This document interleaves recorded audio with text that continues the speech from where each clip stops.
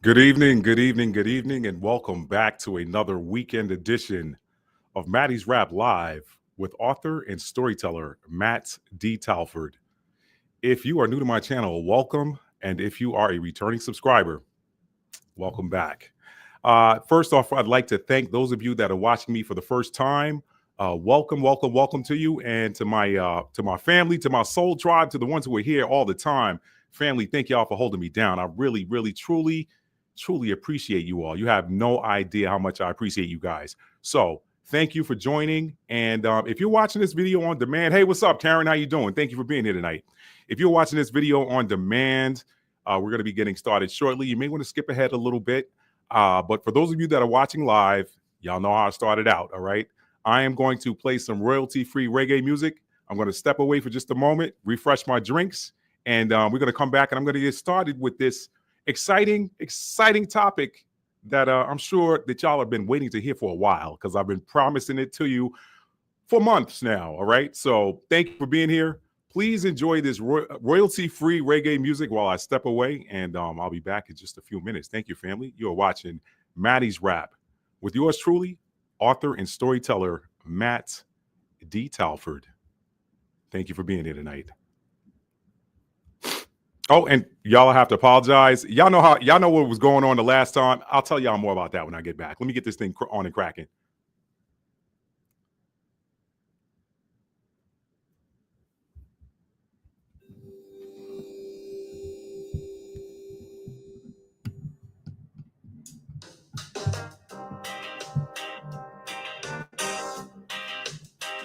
I'll be right back, family.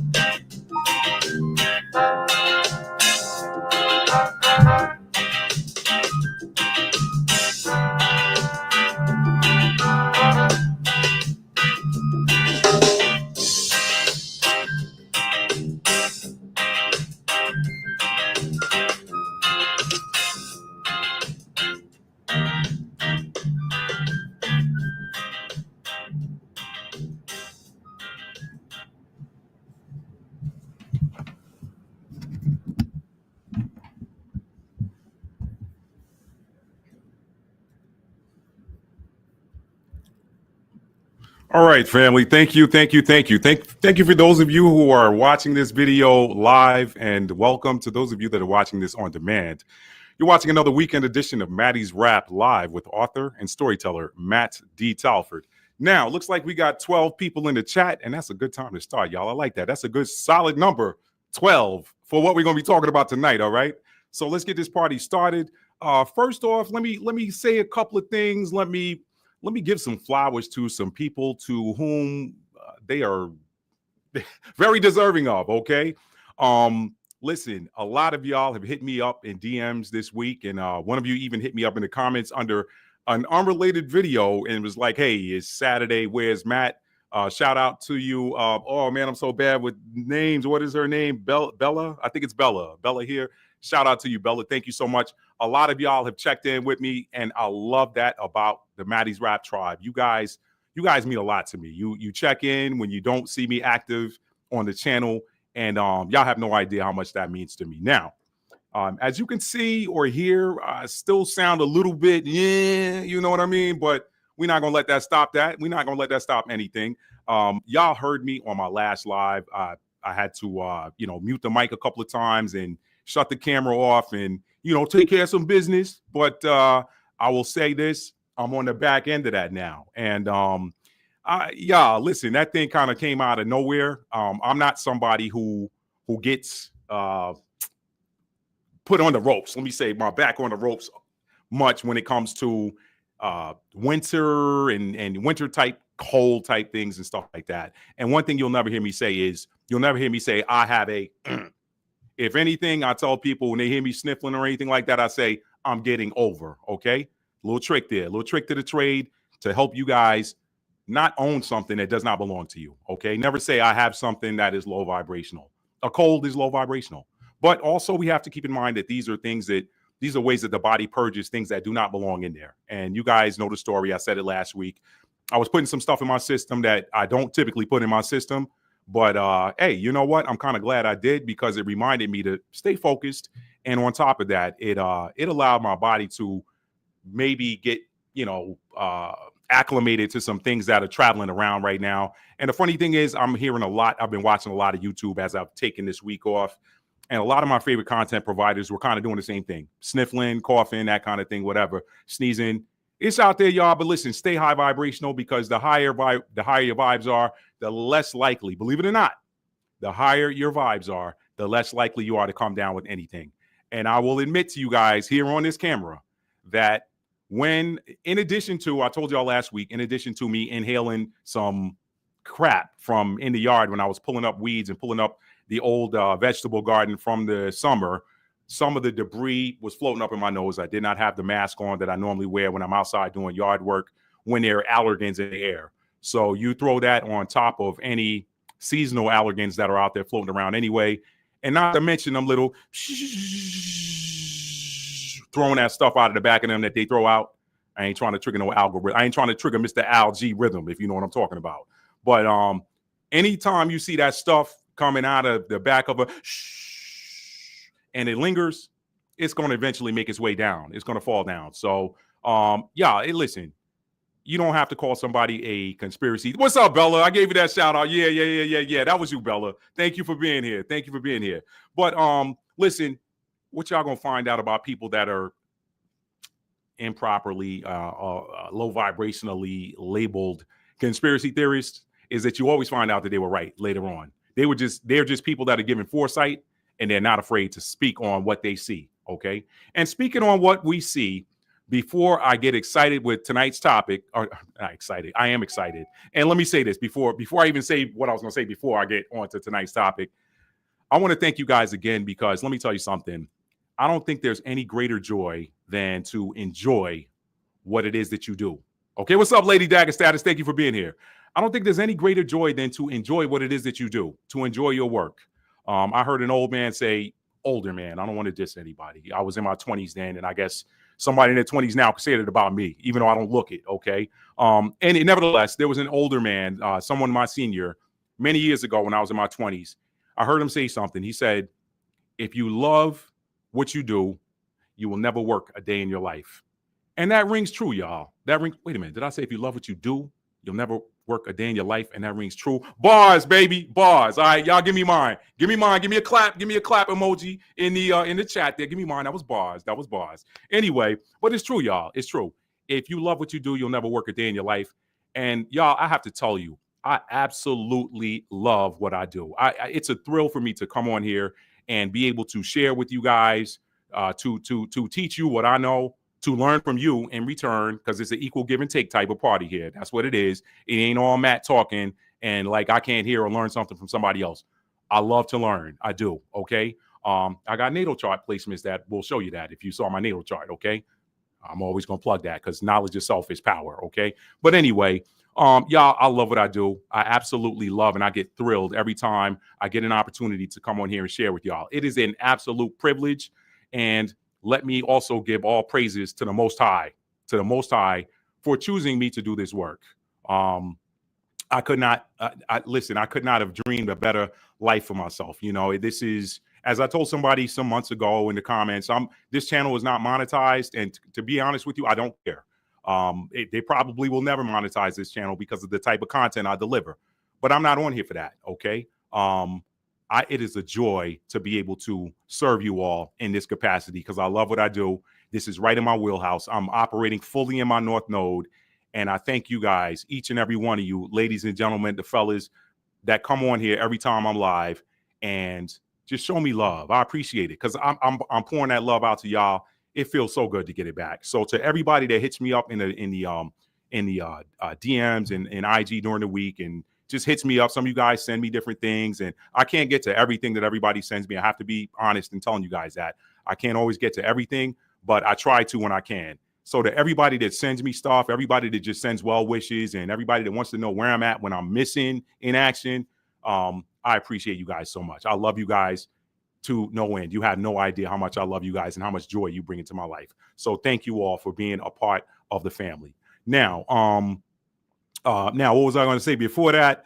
Speaking of things that we see, y'all know I'm always on here talking about the eye test. So those of you that have been watching me for a while, you know I love to do a bonus at the end of the videos. I'm going to give y'all that bonus material up front, okay? Because I'm always talking about the eye test. Turn off your ears sometimes because you know the mainstream media loves to lie. That's what they do. That's what they get paid to do. They get paid to steer your mind with lies and low vibrational energy to keep you in the energies of fear, grief, sadness, all of that stuff, y'all. All of that stuff. There's one reason why I turn this, I hit the mute button when they come on with a pharmaceutical ad when I'm watching a video if it's a video on YouTube, I can skip it after 5 seconds. But when they come on with a pharmaceutical ad, boop, mute. I don't want to hear it. I don't want to hear it. You're not planting no seeds in my head. So they're always throwing low vibrational stuff at you. And that is one of the reasons why I shut it off. And I don't even know why I was saying that. But anyway, I'm going to get on with it. I'm always telling y'all to use the eye test. That's right. Turn off your ears and just observe. You can learn so much. You can just, through osmosis almost, y'all, from just listening. I'm not listening, but just observing. So in observation, some of you might be observing my hair tonight, and some of you might like it, and some of you might be like, what's going on with Matt's hair? He ain't got the cornrows today. He ain't got it slick back. He ain't got to pull back in a man bun. What's going on? Let me tell y'all something. This hairdo I'm rocking tonight, which is just my hair's just out. I mean, you could call it an afro, but I'm shaved on the side, so it ain't like the full fro that, you know, we wore back in the 70s and whatnot. But there is an observation that I made recently. Y'all know I watch a number of things on YouTube is like my favorite thing to do when I'm not. Honestly, that YouTube gets more airplay on all of my devices than anything else, bar none. I love YouTube. Instagram is probably a distant second or something like that. But I like to watch a variety of different content and I learn a lot. So when you're looking at tonight's title, Prophecy and Identity, who are the storied children of Israel and why is that important? Well, first, let me answer that question for you. Y'all know that all I've been talking about the last 2 years on this channel, going on 3 now, is prophecy and identity. The importance of prophecy and identity. Prophecy is what is coming. Identity is who is what thing that's coming going to happen to. What's my lot in this prophecy that's coming? And now, y'all know that this has been something that has gotten some major celebrities in hot water, that sort of thing. There's been some back and forth about this. I'm this, we're this, no, you're this, I'm this, that, and the third. Well, y'all, I did a video back in 2020 that, my channel wasn't big enough then to get the traction. So I did a video that I hoped would put some of that to bed. And tonight we're going to rewatch that. But with regards to observations, I was watching a video of somebody in the Hasidic community in New York or something, and they were showing off their garb that they wear, and they had the black. They wear all black, and they wear these big round hats. And in using the eye test, the first thing that occurred to me, and that, this is something a lot of us learn when we're children. A lot of our moms and dads teach us this. They're like, hey, if you're in school, you're taking a multiple choice test and you're not sure, go with your first mind, go with your first answer, because that's usually the right one. When you go back and change it, you usually change it to the wrong answer. And I don't know, raise your hand if that's happened with you. I know it's happened with me. By the way, I got 17 people in the chat right now. If you guys have not done so already, please hit that like button for me. It's going to alert more people and let them know that we are online, live, and in living color. So now, use the eye test. What does your first mind tell you? My first mind told me, when I looked at that channel and looked at the garb that the people wear, and I'm from New York originally, so it's not the first time I've seen different paraphernalia worn by the Hasidic community and such and ting and ting, as they say in Jamaica. But for some reason, when I saw that big round hat, and I'm gonna bring it up on the screen and show you guys, I think it's called a Strimal or something like that. The very first thing that came to my head is, man, that looks like they're trying to mimic wearing an afro. That's the very first thing that came to my head, y'all. I didn't try to talk it down. That's the first thought that popped in my mind. And so, y'all know what I do. I take it, I put it in my back pocket. I'm like, maybe that'll be useful for later. So I'm watching another video, and I'm going to bring some photos, some screenshots up on the screen for you guys to see what I saw. There was a Rastafarian brother on a channel on YouTube that, just showing you how he makes some of his dishes, and he's cooking outside, showing you some of his different vegetarian dishes. And lo and behold, he had this big, it looked like a crochet hat on that was in the same shape darn near as the Strimal. And so I said to myself, okay, there's my confirmation right there. So this brother got this hat on to keep his dreadlocks in while he's cooking, so his hair ain't all over the place, he ain't dripping sweat. Why y'all wearing that hat? And it went right back to the afro. So as you can see, y'all, some things come natural. All right. So for those of y'all that think I'm being divisive, I'm not. But Divine Mama said, it's time for y'all to go take your stuff back. I don't care if you like it. I don't care if you don't. If you don't like it and you want to click the video off at this point, listen, I'm sorry. We can't agree. It is what it is. But Divine Mama said it's time for y'all to take your stuff back. All right. And how do you take it back? You take it back with the sword. Is the sword a weapon? Depending on how you look at it. The sword is that sword from Hebrews 4:12. For the word of the Most High, the word of the power is sharper than any two-edged sword. All right. So when something was taken from you by force, our stuff was taken by the physical sword. The Romans, all right, the Greco-Romans, the Spaniards, the British, the French after that, all right? We taking it back with the word.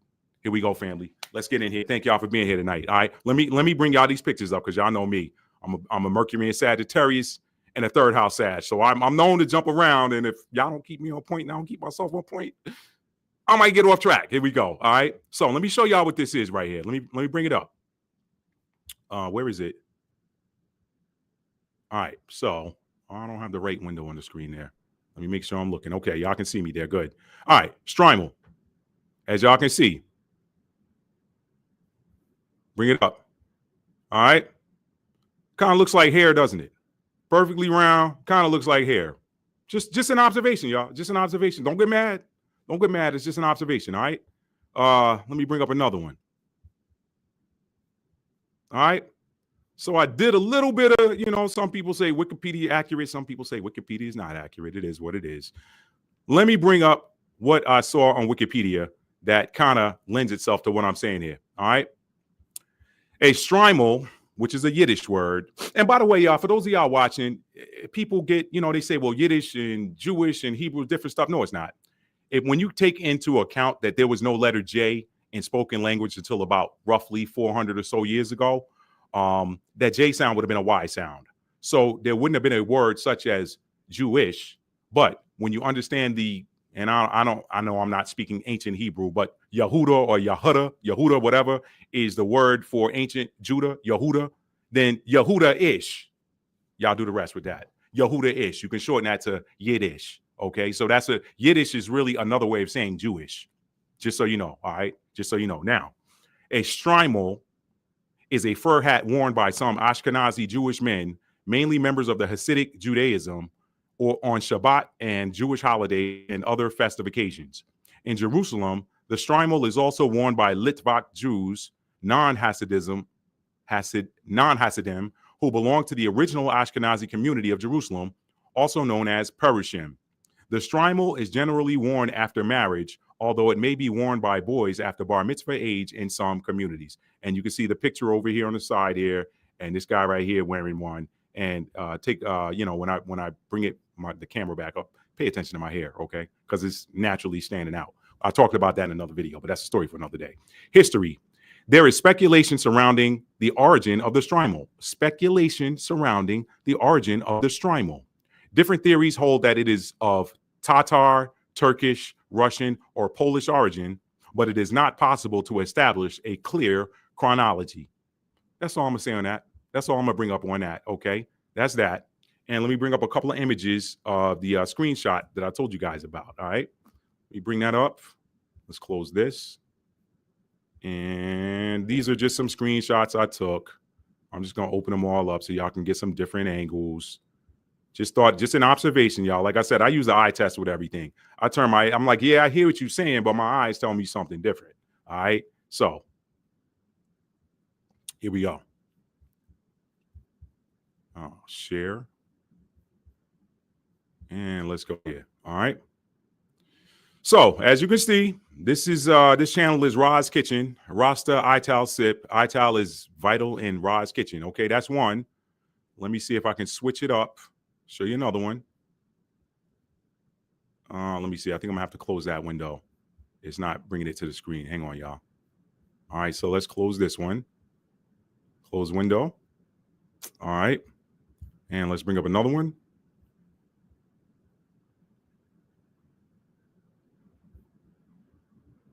All right, you see it, right? You see it.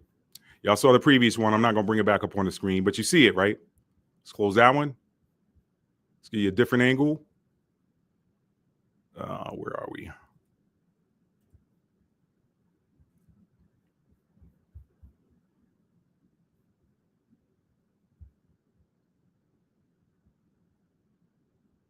Here's another angle. See that crochet hat is holding in all them dreadlocks.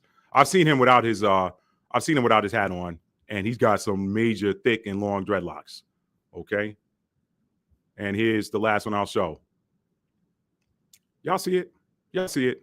Okay, so I just thought that was an interesting observation. But let's quit this and get on to the subject matter. Let me read some comments. Yo, that's crazy. This week I was at the beach just wondering to myself why they wear those. Yeah. So it's part of their, religious culture or whatever. But here we go, family. Let's get this thing started. So let me set it up for you.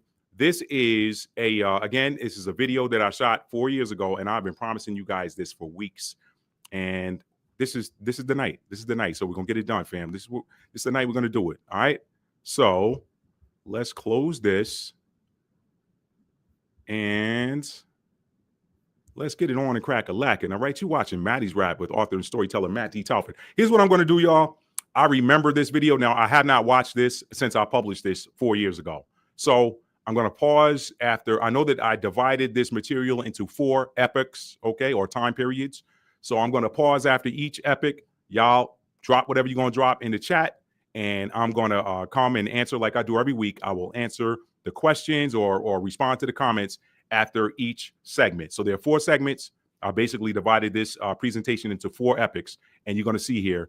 And by the end of tonight's video, if you can't definitively answer the question based on the material I'm showing you, if you still got doubts about who the biblical children of Israel are, then I don't know what other resources to refer you to. I mean, there's some other people that have done great work.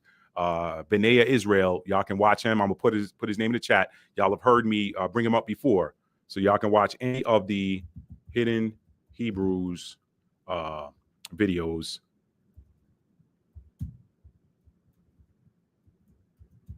I love his channel. I was on his channel heavy about 4 years ago. What's up, Hot Shot? Thank you for joining. Thank you for joining. All right, so here we go, family. Let's get this party started.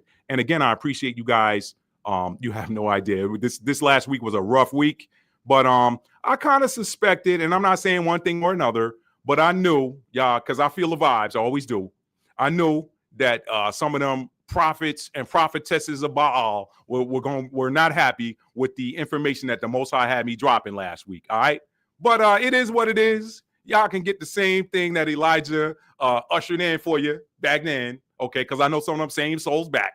We recycle, we reincarnate, okay? So if y'all want that same work that Elijah gave them, y'all keep doing what you do, all right? All right, let's get it started, family. Let's get it started. Here we go. You're watching Maddie's Rap with author and storyteller Matt D. Talford. Y'all, my voice right now is like, it's crazy. I'm just glad to be back on the microphone with y'all. Here we go, fam. Here we go.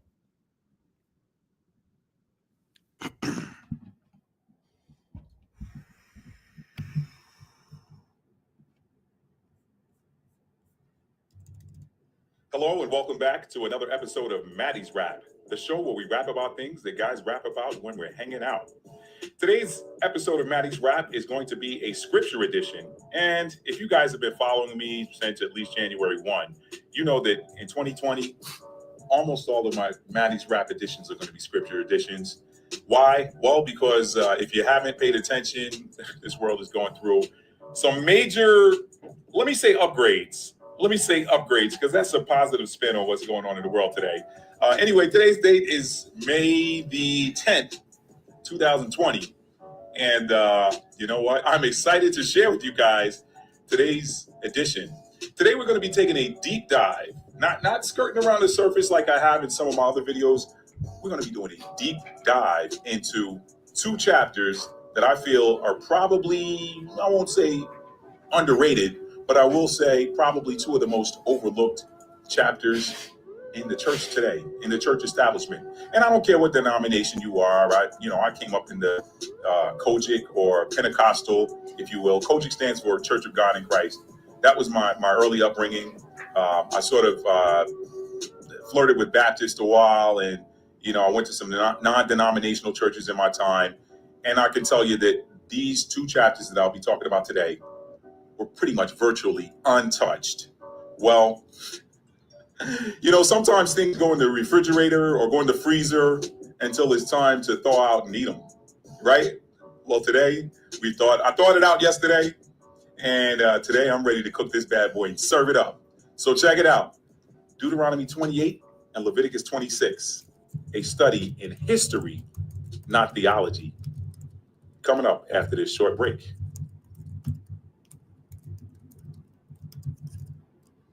Deuteronomy 28 and Leviticus 26, an up-close, non-theology look at the history of the Israelites. In today's presentation, we take a historical look into two of the most important and yet most oft overlooked texts of biblical history. And why did I emphasize non-theology? Well, taking into consideration that theology is a study of religion, these two texts, in my opinion, have next to nothing to do with religion, but rather are an intimate look into a relationship between the Creator himself and the people whom he called my chosen. Let us continue.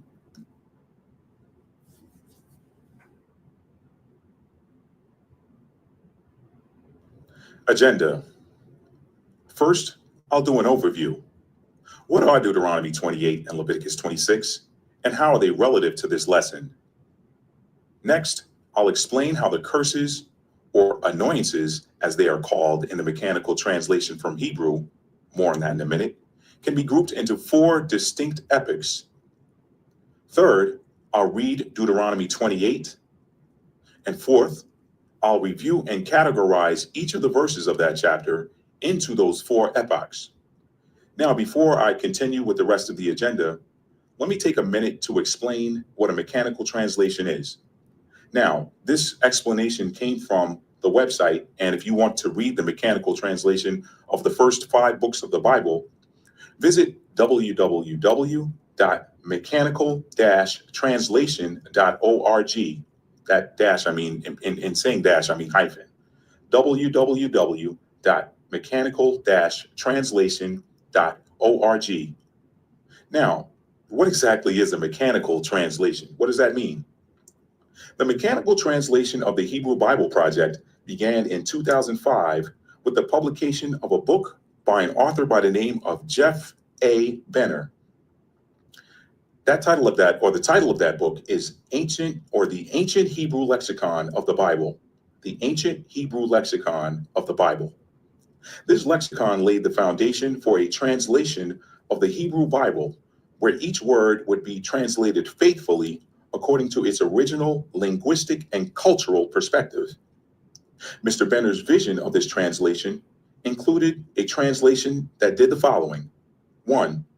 Eliminates personal and religious bias on the part of the translator. 2. Translates each Hebrew word, prefix and suffix, exactly the same way every time it occurred in the text. 3. Could be read and understood by the average person who does not have any prior knowledge of the Hebrew language. 4. Includes a dictionary of each word used in the translation as well as a concordance. And 5. Could be used as a tool by those who are learning to read biblical Hebrew. So again, for more on the mechanical translation or to read the first 5 books of the Bible, visit www.mechanical-translation.org. Next, I'll read Leviticus 26, after which I will review and categorize its verses into those 4 epochs. And finally, I'll provide some final commentary and wrap up the presentation. Overview. What are Deuteronomy 28 and Leviticus 26? Deuteronomy 28 and Leviticus 26 are what I like to call sister chapters. Why? Well, if you were to read both of those chapters in their respective entireties, you would notice a similar pattern. In those chapters, what you see outlined is a set of conditional promises from the God of Israel to the children of Israel. If one set of conditions is met, a multitude of blessings like peace, protection, and prosperity are the built-in reward. However, if a contrary set of conditions is met, a plethora of harsh maladies levied and sustained over a long period of time is the built-in punishment for failure to adhere to the instructions. The key thing to remember is that the Israelites had a choice. They could either keep the commandments of God or keep the commandments of the God of their salvation, the one who brought them out of Egypt.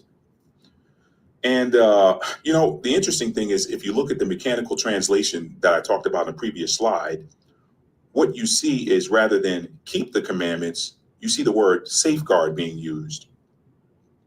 Safeguard has a very different perspective when you look at it. If somebody keeps something, let's say, for example, you're about to go on vacation and you want somebody to keep something for you. Hey, you know what? I want you to keep this Rolex watch at your house. Now, I don't own a Rolex, but I'm trying to think of something of value. Okay. I'm going on vacation. I don't want to take this watch with me, and I don't want to leave it at the house because I don't want my teenage son to put it on and go out and floss in it and get it stolen or robbed or whatever. So you go to your friend and you say, keep this watch for me. Now, he says, okay, he keeps it somewhere. But if you say to that friend, I want you to safeguard this watch for me, the word safeguard has an entirely different meaning to it. It's heavier.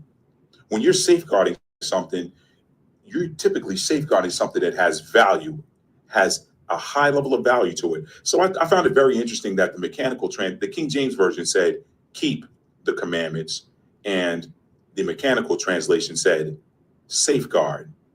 So safeguard was and I don't have the Hebrew word in front of me, but again, you can read this chapter, Deuteronomy 28 and Leviticus 26 in the mechanical translation. And I gave you the how to get to that website in a previous slide. Anyway, getting back to this, the key thing to remember is that the Israelites had a choice.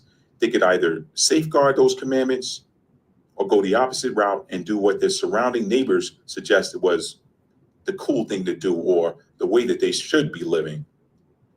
Very interesting stuff here. I'll continue. Now, let's take a look at the 4 epics that I mentioned in the agenda. Epic 1, I have listed as the Siege of Jerusalem. Now, if you know the history, you know that the Israelites, or the Judeans, or the Yahudim as they're also called, were engaged in a war against the Romans that lasted from about 66 AD through about 70 AD, with a final skirmish or uprising occurring in 73 AD at the Siege of Masada. And now, of course, there was another one in about 100 something AD that called the Bar Kokhba revolt, but I don't mention that. I mean, by that time, the the curses or annoyances as listed in Deuteronomy 28 and 26 were well underway. So I don't even deal with the Bar Kokhba revolt. The second epic is the post-Roman Judeo conflict, and the curses there, or that occurred during that epic, or the annoyances that occurred during that epic, were felt by the people I have listed here while still in homeland. So as you know, the after the fall of Jerusalem, thousands upon thousands upon thousands of Yahudim were slaughtered, and those that weren't slaughtered escaped further south and west into the African continent. I say further south and west because we know that Israel and Egypt are part of the African continent. They sit on the African tectonic plate. You can look that stuff up. Okay. They fled further south and west into the African continent, running from these Roman conquerors. But there were some that stayed in their homeland. They either stayed there as slaves, or they hid in the desert, or whatever. So some of these annoyances that you see listed in Deuteronomy 28 and Leviticus 26 were endured by those that stayed in the homeland. Epic 3 occurred is the period after fleeing the homeland and ongoing. So these are the things that happened to these Israelites while in exile after fleeing their homeland, not long after fleeing. And I have in parentheses there, and ongoing, because some of these continued through the present, well into the future at least. And the final epic, Epic 4, occurred during the transit. Those curses occurred during the transatlantic slave trade, during slavery, and after the emancipation, and even ongoing through today. Now, let's begin.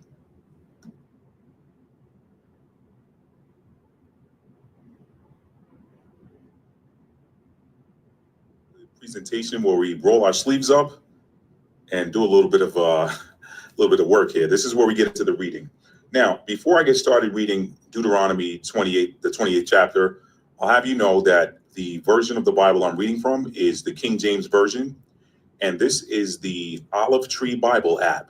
I'm doing it on my MacBook Pro, but the Olive Tree Bible is also available on Android and Apple, as far as I know. Now, while I'm not exactly sure about Android, but I'm pretty sure there's an Android version of it, I can't say for certain.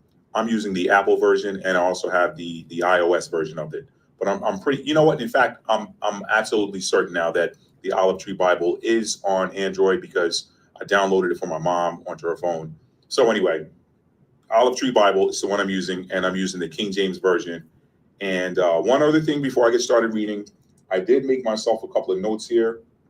So I will be jumping back and forth in some spots to the mechanical translation at www.mechanical-translation.org, because there are a couple of verses that I highlighted that I thought might be interesting for you to see what that actual original Hebrew meaning of that was. Of course, translated to English, but again, if you've read Mr. Jeff Benner's book, The Lexicon of the Hebrew Bible, the Ancient Lexicon of the Hebrew Bible, you understand that one of the things that he says in one of his premises is that the original Hebrews had a different way of thinking, and a different way that they viewed the world through a different lens. In a nutshell, there were no such things as abstract concepts. Everything was concrete and could be related to something in nature or something physical that you could see or touch. So anyway, just wanted to get that note out there. I will be jumping to the mechanical translation. So now, without further ado, I'll begin reading Deuteronomy 28. I'm going to read straight through, and then I'll come back and just sort of breeze through and show you guys which verses apply to which epochs, either Epic 1, which was the siege of Jerusalem, Epic 2, which was while they were still in their homeland, but after the siege. Epic 3 was after leaving their homeland and going into other places, and of course, ongoing beyond that. And then Epic 4 had to do with slavery and the transatlantic slave trade, and in some cases, moving, still existing today. So now, let me not belabor this anymore. I'll jump right into it. Deuteronomy 28. And it shall come to pass, if thou shalt hearken diligently unto the voice of the Lord thy God, to observe and to do all his commandments, which I commanded thee on this day, that the Lord thy God will set thee on high above all nations of the earth. And all these blessings shall come on thee and overtake thee, if thou shalt hearken unto the voice of the Lord thy God. Blessed shalt thou be in the city, and blessed shalt thou be in the field. Blessed shall be the fruit of thy body, and the fruit of thy ground, and the fruit of thy cattle, the increase of thy kind, or livestock basically, and the flocks of thy sheep. Blessed shall be thy basket and thy store. Blessed shalt thou be when thou comest in, and blessed shalt thou be when thou goest out. The Lord shall cause thine enemies that rise up against thee to be smitten before thy face. They shall come out against thee one way, and flee before thee 7 ways. The Lord shall command the blessing upon thee in thy storehouses, and in all that thou settest thine hand unto. And he shall bless thee in the land which the Lord thy God giveth thee. The Lord shall establish thee an holy people unto himself. And he hath sworn unto thee, if thou shalt keep the commandments of the Lord thy God and walk in his ways, and all the people of the earth shall see that thou art called by the name of the Lord, and they shall be afraid of thee. And the Lord shall make thee plenteous in goods, in the fruit of thy body, and in the fruit of thy cattle, and in the fruit of thy ground, and in the land which the Lord sware unto thy fathers to give thee. The Lord shall open unto thee his good treasure, the heaven, to give rain unto thy land in his season, and to bless all the work of thine hand. And thou shalt lend unto many nations, and thou shalt not borrow. Now, I made a note here. I'm gonna take a pause here, and this is interesting because when you compare that verse 12, lending, thou shalt lend to many nations and shalt not borrow. It's got a little slightly different meaning in the mechanical translation, which I'm going to jump to right now. Now, that was verse 12. Verse 12, let's see. Verse 12 right here. And, oh, that's the other thing I wanted to mention, guys. In the Bible, anywhere you see the Lord thy God, or his name is the Lord thy God, anytime you see that, that is a whole scale edit, because what you see here in the original Hebrew is the name of the Most High. I've heard it pronounced different ways, Yahuwah and Yahweh, but that is this YHW right here. Let's click off of there. This YHWH, Yahuwah. Now, unfortunately, I don't have my and you can see the name here in the Hebrew spelling. But if you don't know the Hebrew characters, that won't mean anything to you. So anyway, getting back to that, it was just something I thought that was noteworthy. Now, Yahuwah will open for you his functional supply house. The skies will give the precipitation of your land in his appointed time, and to respect all the work of your hand. And you will make many nations join, but you will not join. Now, that's interesting that they use the word join here, or the original text was join, and the English translation is lend. Now, if you understand the concept, remember, Mr. Benner says that in his work, he says that the ancient Hebrews had they didn't have these abstract concepts like lending. That didn't mean anything. In those days, you joined yourself to someone if you needed something. So what he's saying here is, you will not join, but they will join to you, or you will make many nations join you, but you will not join them. Meaning, you're not going to have to ask anybody for anything, but others will come and ask you, because that's how bountiful and plenteous I'm going to make you. So anyway, I thought that was noteworthy. Again, you can see the website here, mechanicaltranslation.org. I've got it listed a couple times in the PowerPoint slide deck and everything. But I'm going to go back here now and continue reading. All right, that was verse 12. Verse 13. And the Lord shall make thee the head and not the tail, and thou shalt be above only, and thou shalt not be beneath. If that thou hearken unto the commandments of the Lord thy God, which I commanded thee this day, to observe and to do them, and thou shalt not go aside from any of the words which I command thee this day, to the right hand or to the left, to go after other gods to serve them. But it shall come to pass, if thou wilt not hearken unto the voice of the Lord thy God, to observe to do all his commandments and his statutes, which I command thee this day, that all these curses shall come upon thee and overtake thee. Cursed shalt thou be in the city, and cursed shalt thou be in the field. Cursed shall be thy basket and thy store. Cursed, now, when it says basket and store here, you have to remember that these were agricultural people too. The basket is what they used to gather their crops in the harvest time. And then the store, of course, is where they stored their grain, the vegetables, things that weren't perishable, things that would keep.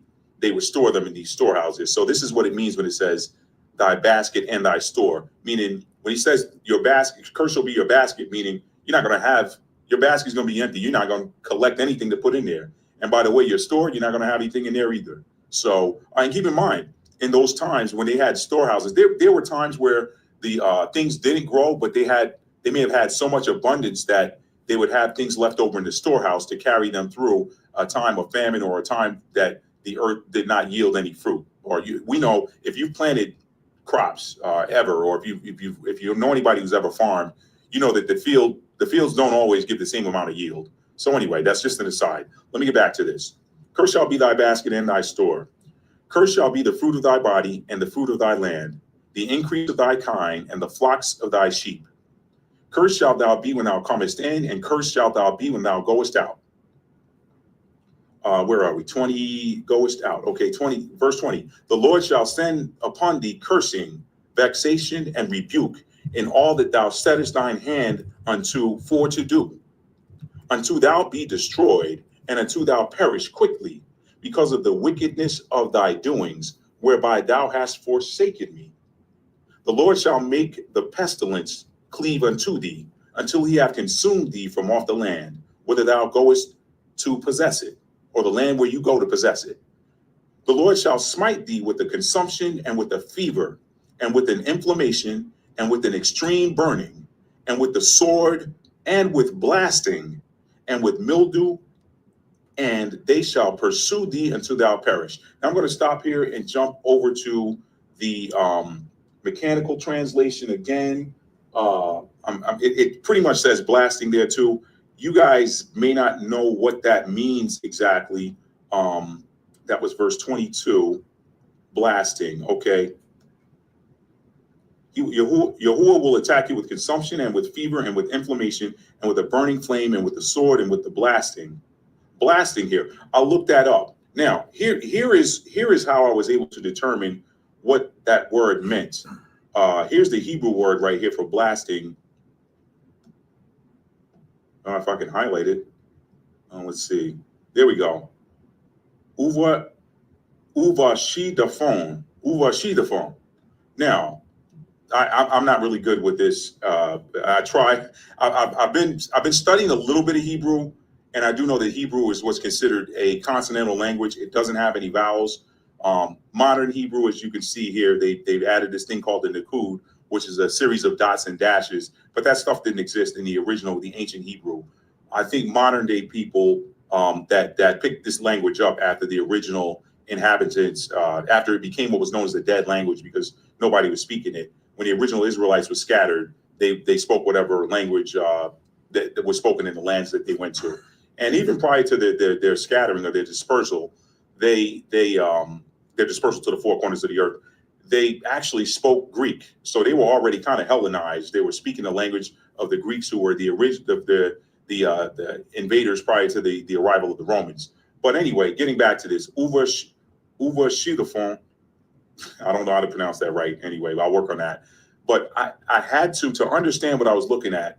I went and looked up the original, the Paleo Hebrew characters that coincided with what you're looking at here in the modern Hebrew. And what I noticed, and the thing I love about Paleo Hebrew is, especially the ancient pictographic Hebrew, Hebrew originally was a pictographic language, just like the Egyptian hieroglyphics were. When you look at the meaning of what these characters were in the original Hebrew, it always tells a story. So that was what I was able to ascertain that blasting meant.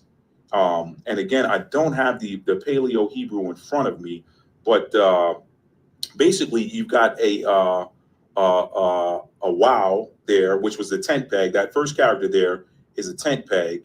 The second character is bet, which was the house, or the tent. The third character there is the sheen, which is the like teeth, or it typically represented like teeth or something that was like threshing or whatever. And then the fourth character, and you guys gently correct me if I'm wrong on any of this stuff. The fourth character there is the Dalet. The Dalet was pretty much the door to the tent. The fifth character there was the Fae, which was like a mouth or represented blowing, and then you got the noon character there. You got the noon character twice. So you got the noon and then noon soffit, which is like the final version of the noon. The soffit letters they're typically a little longer and go below the line. Now, when I was able to look at the pictographic Hebrew, it showed a picture, and the picture that it showed me in reading that word from right to left as Hebrew goes was a violent blowing. When you got house, you got a tent. That blasting and that all of that put together, when you look at it in pictographic Hebrew, shows a picture that I believe is a wind, strong wind, violent storms. So that's what that means by blasting. I wanted to share that with you guys because I didn't know what it meant, and it took me going back to the original Hebrew to look at exactly what blasting meant. At first, I thought sandstorm, but then I realized that blasting meant like a violent wind. So a storm, hurricane, whatever, violent wind is blasting. Now, let me jump back, guys. Thank you. I apologize for that lengthy side street, going down that side street there, but I wanted you guys to understand what blasting meant. So we're going to go back to that. And with blasting and with mildew, and they shall pursue thee until thou perish. Verse 23, and thy heaven that is over thy head shall be brass, and the earth that is under thee shall be iron. The Lord shall make the rain of thy land powder and dust. From heaven shall it come down upon thee until thou be destroyed. Now, interestingly enough, when you look at the modern land of Israel, the modern land of Egypt as well, remember, anytime the Israelites got in trouble, with whether it be a famine or running from an enemy, they typically went south, further south into the continent, further south into the African continent. And really, when you go south of Israel, Egypt is right there. I mean, Egypt is right there. If you're in the Charlotte, North Carolina area, in my mind, them walking from Egypt to Israel back and forth was the equivalent of you're walking down 77 from Charlotte to Columbia. I mean, that's literally how close they were. So depending on where you were in relation to the border. So now, if you look at those lands today, they look nothing like they did in the ancient times. These were fertile lands. They didn't look dusty and brown and mostly looking like desert with some irrigation in places and some farmlands in there. These had to be fertile places. And the scriptures, if you read the scriptures, they tell a story. David killing bear. Bear live in forest. You don't see bear in the desert. David killing a bear with his sling. So you know that these areas were fertile at the time. They are not nearly as fertile as they were then. You can look up the average. You can Google the average rainfall of those two countries now, and just imagine. And I've seen documentaries that talk about Egypt and talk about the causeways, and that the pyramids were usually situated around waterways or causeways or whatever. And now, of course, you see all desert and dust. So a lot of people don't believe that when you have that conversation with them. But if you understand that, how many years of drought, meaning no rain, how many summers and winters of no rain would it take to take wherever you live right now that may be lush and turn it into looking like a desert? And conversely, how much rainfall would you need to take a place like Arizona and make it look like the Carolinas? So all of this stuff is dictated by weather and climate. But anyway, back to verse 24. I thought that was noteworthy. The Lord shall make the rain of thy land powder and dust. From heaven shall it come down upon thee until thou be destroyed. It's going to be interesting when we break these down and put these into epics. Verse 25, the Lord shall cause thee to be smitten before thine enemies. Thou shalt go out one way against them and flee seven ways before them, and shalt be removed into all the kingdoms of the earth. And thy carcass shall be meat unto all fowls of the air, and unto the beasts of the earth, and no man shall fray them away. The Lord will smite thee with the botch of Egypt, and with the hemorrhage, and with the scab, and with the itch whereof thou cannot be healed. The Lord shall smite thee with madness and blindness and astonishment of heart.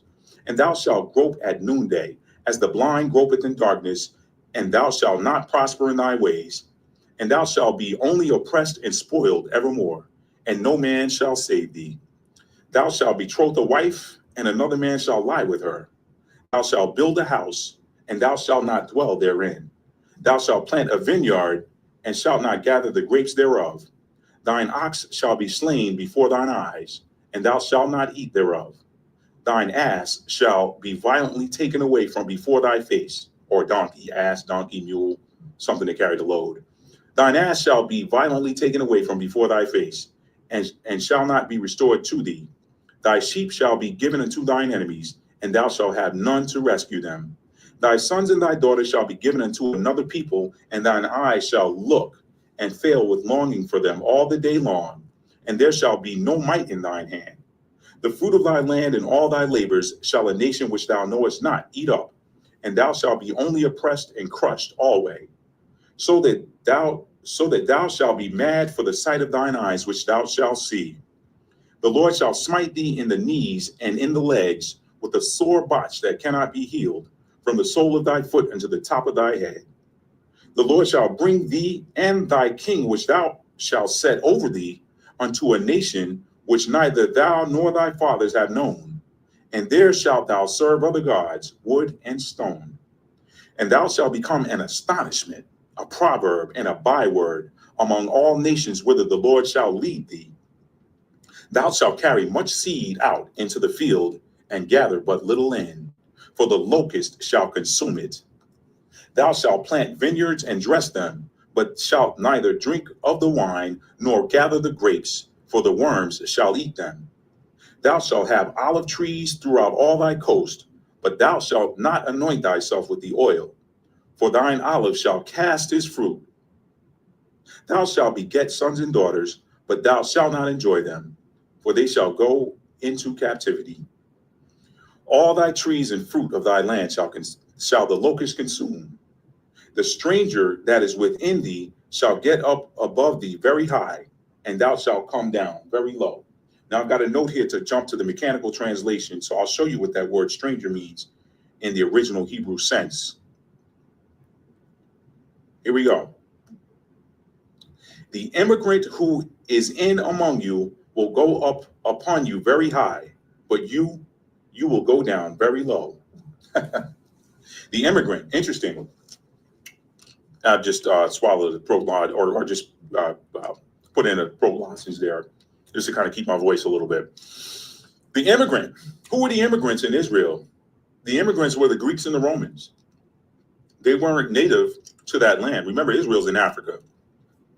The Greeks and the Romans were the immigrants. It says here, the immigrant who is in among you will go up upon you very high, but you will go down very low. Remember, I call these two chapters, or Deuteronomy 28 and Leviticus 26, prophecy turned history. Anyway, let's get back to the text. The stranger that is within thee shall get up above thee very high. This is verse 43, and thou shalt come down very low. Verse 44, he shall lend to thee, and thou shalt not lend to him. He shall be the head, and thou shalt be the tail. Moreover, all these curses shall come upon thee, and shall pursue thee and overtake thee, till thou be destroyed, because thou hearkenest not unto the voice of the Lord thy God, to keep his commandments and his statutes which he commanded thee. And they shall be upon thee for a sign and for a wonder, and upon thy seed forever. Because thou servest not the Lord thy God with joyfulness and with gladness of heart, for the abundance of all things. Therefore shalt thou serve thine enemies, which the Lord shall send against thee in hunger and in thirst. Now, let me get back. Let me just get back, because I just looked down at my notes. I had a note here to take a look at verse 45. My notes here say verse 45 begs for a cross-reference with Leviticus 26 and 39 through 45. So I'm going to do that right now. I haven't read Leviticus chapter 26 yet, but you guys know we're going there. So let me just do this now, because sometimes I get into this and I get excited and then forget my place, forget to go back. So I said Leviticus 26 and 39 through 45. Verse 45 begs for a cross-reference with Leviticus 26 and 39 through 45. All right, let's take a look. Leviticus 26 and 39 through 45. You know what? I don't want to do this just yet. I don't want to do this just yet, guys. Let me jump back. Let me jump back. I don't want to do it just yet. But I'll come back to that, I promise. Verse 43, I said, let's jump to the mechanical. Oh, I did 43, the stranger. 46, jump to the mechanical translation. Okay, verse 46. Let's see. Jump to the mechanical. All right. And they shall be upon thee for a sign and a wonder, and upon thy seed forever. Okay.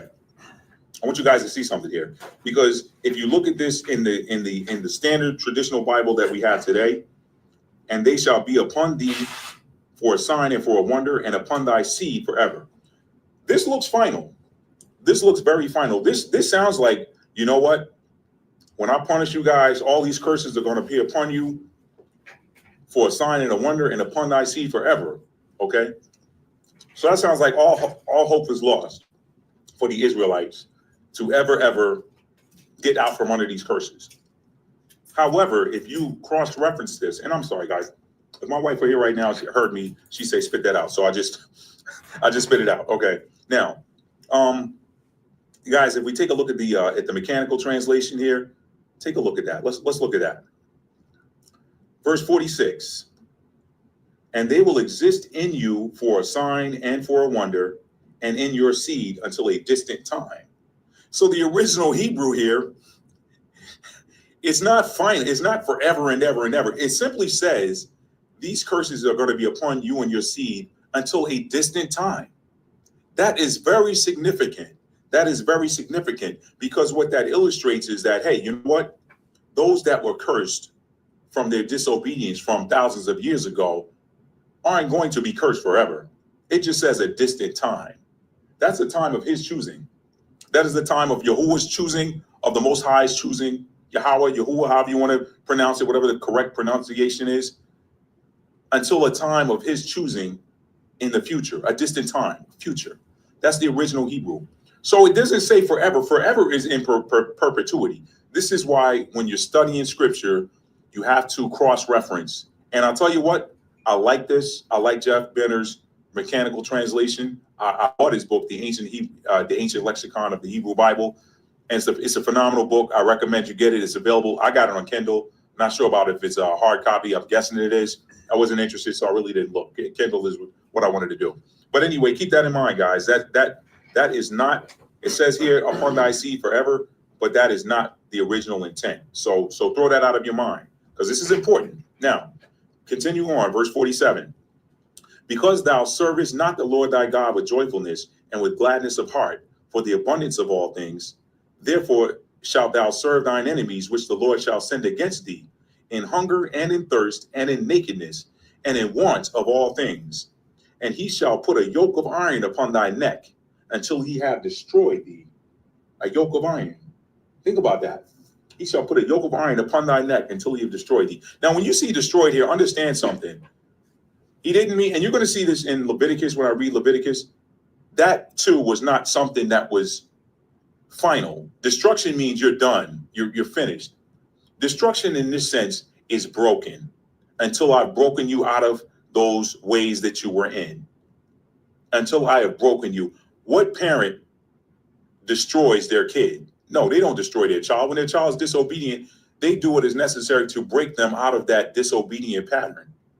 And it's typically for their good, because they know that disobedience to the rule could later build something in you that down the road can lead to your destruction.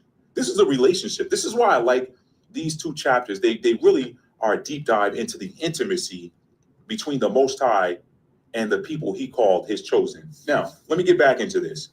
So put a yoke of iron upon thy neck until he have destroyed thee. Verse 49, the Lord shall bring a nation against thee from far, from the end of the earth, as swift as the eagle flieth, a nation whose tongue thou shalt not understand, a nation of fierce countenance, which shall not regard the person of the old, nor show favor to the young.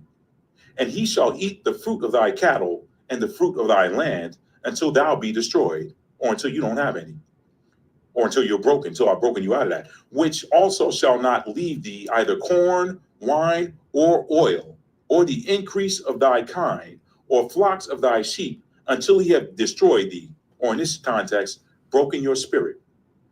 Because you're watching this happen and you can't do anything about it. That destroys your spirit. That destroys your confidence. And he shall besiege thee in all thy gates.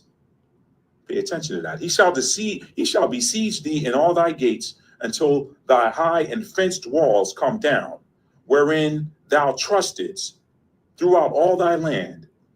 And he shall besiege thee in all thy gates throughout all thy land, which the Lord thy God hath given thee. And thou shalt eat the fruit of thine own body, the flesh of thy sons and of thy daughters, which the Lord thy God hath given thee in the siege, and in the straitness, wherewith thine enemies shall distress thee. Now, straitness is another one I had to look up using the mechanical translation, which it kind of says straightness there too. And then I looked it up using the Paleo Hebrew characters, or the pictographic Hebrew characters. And basically what I kind of ascertained from straightness, meaning, where does it say here? In the siege and in the straightness, wherewith thine enemy shall distress thee. Siege, they're actively coming at you. They're actively shooting arrows at you. They're actively trying to break down your walls. The straightness, the picture kind of looked like someone lying down. So if you can picture the straightness, someone lying down watching you, they're actually creeping. They're waiting for you. So that it says here, wherewith thine enemy shall distress thee. So the fact that they were not only just attacking them, but lying in wait for them to try to go out and run, that was stressing them out. That was stressing them out. That's why it says, wherewith thine enemy shall distress thee. Verse 54, so that the man that is tender among you and very delicate, his eye shall be evil toward his brother and toward the wife of his bosom. The man that is tender among you and very delicate, a nice guy. His eye shall be evil toward his brother and toward the wife of his bosom and toward the remnant of his children, which he shall leave, so that he will not give to any of them of the flesh of his children whom he shall eat, because he had nothing left him in the siege. He's got nothing left. He's got no food to eat. So these people were eating their dead children, and basically at this point not sharing. Like, you're not getting any of this. Remember, if you know the history, the Romans laid siege to Jerusalem for it took them about 5 months to break through those walls. In the meantime, they had no food inside because these idiots in their civil war had burned up each other's food stores. Now, I saw a documentary that said that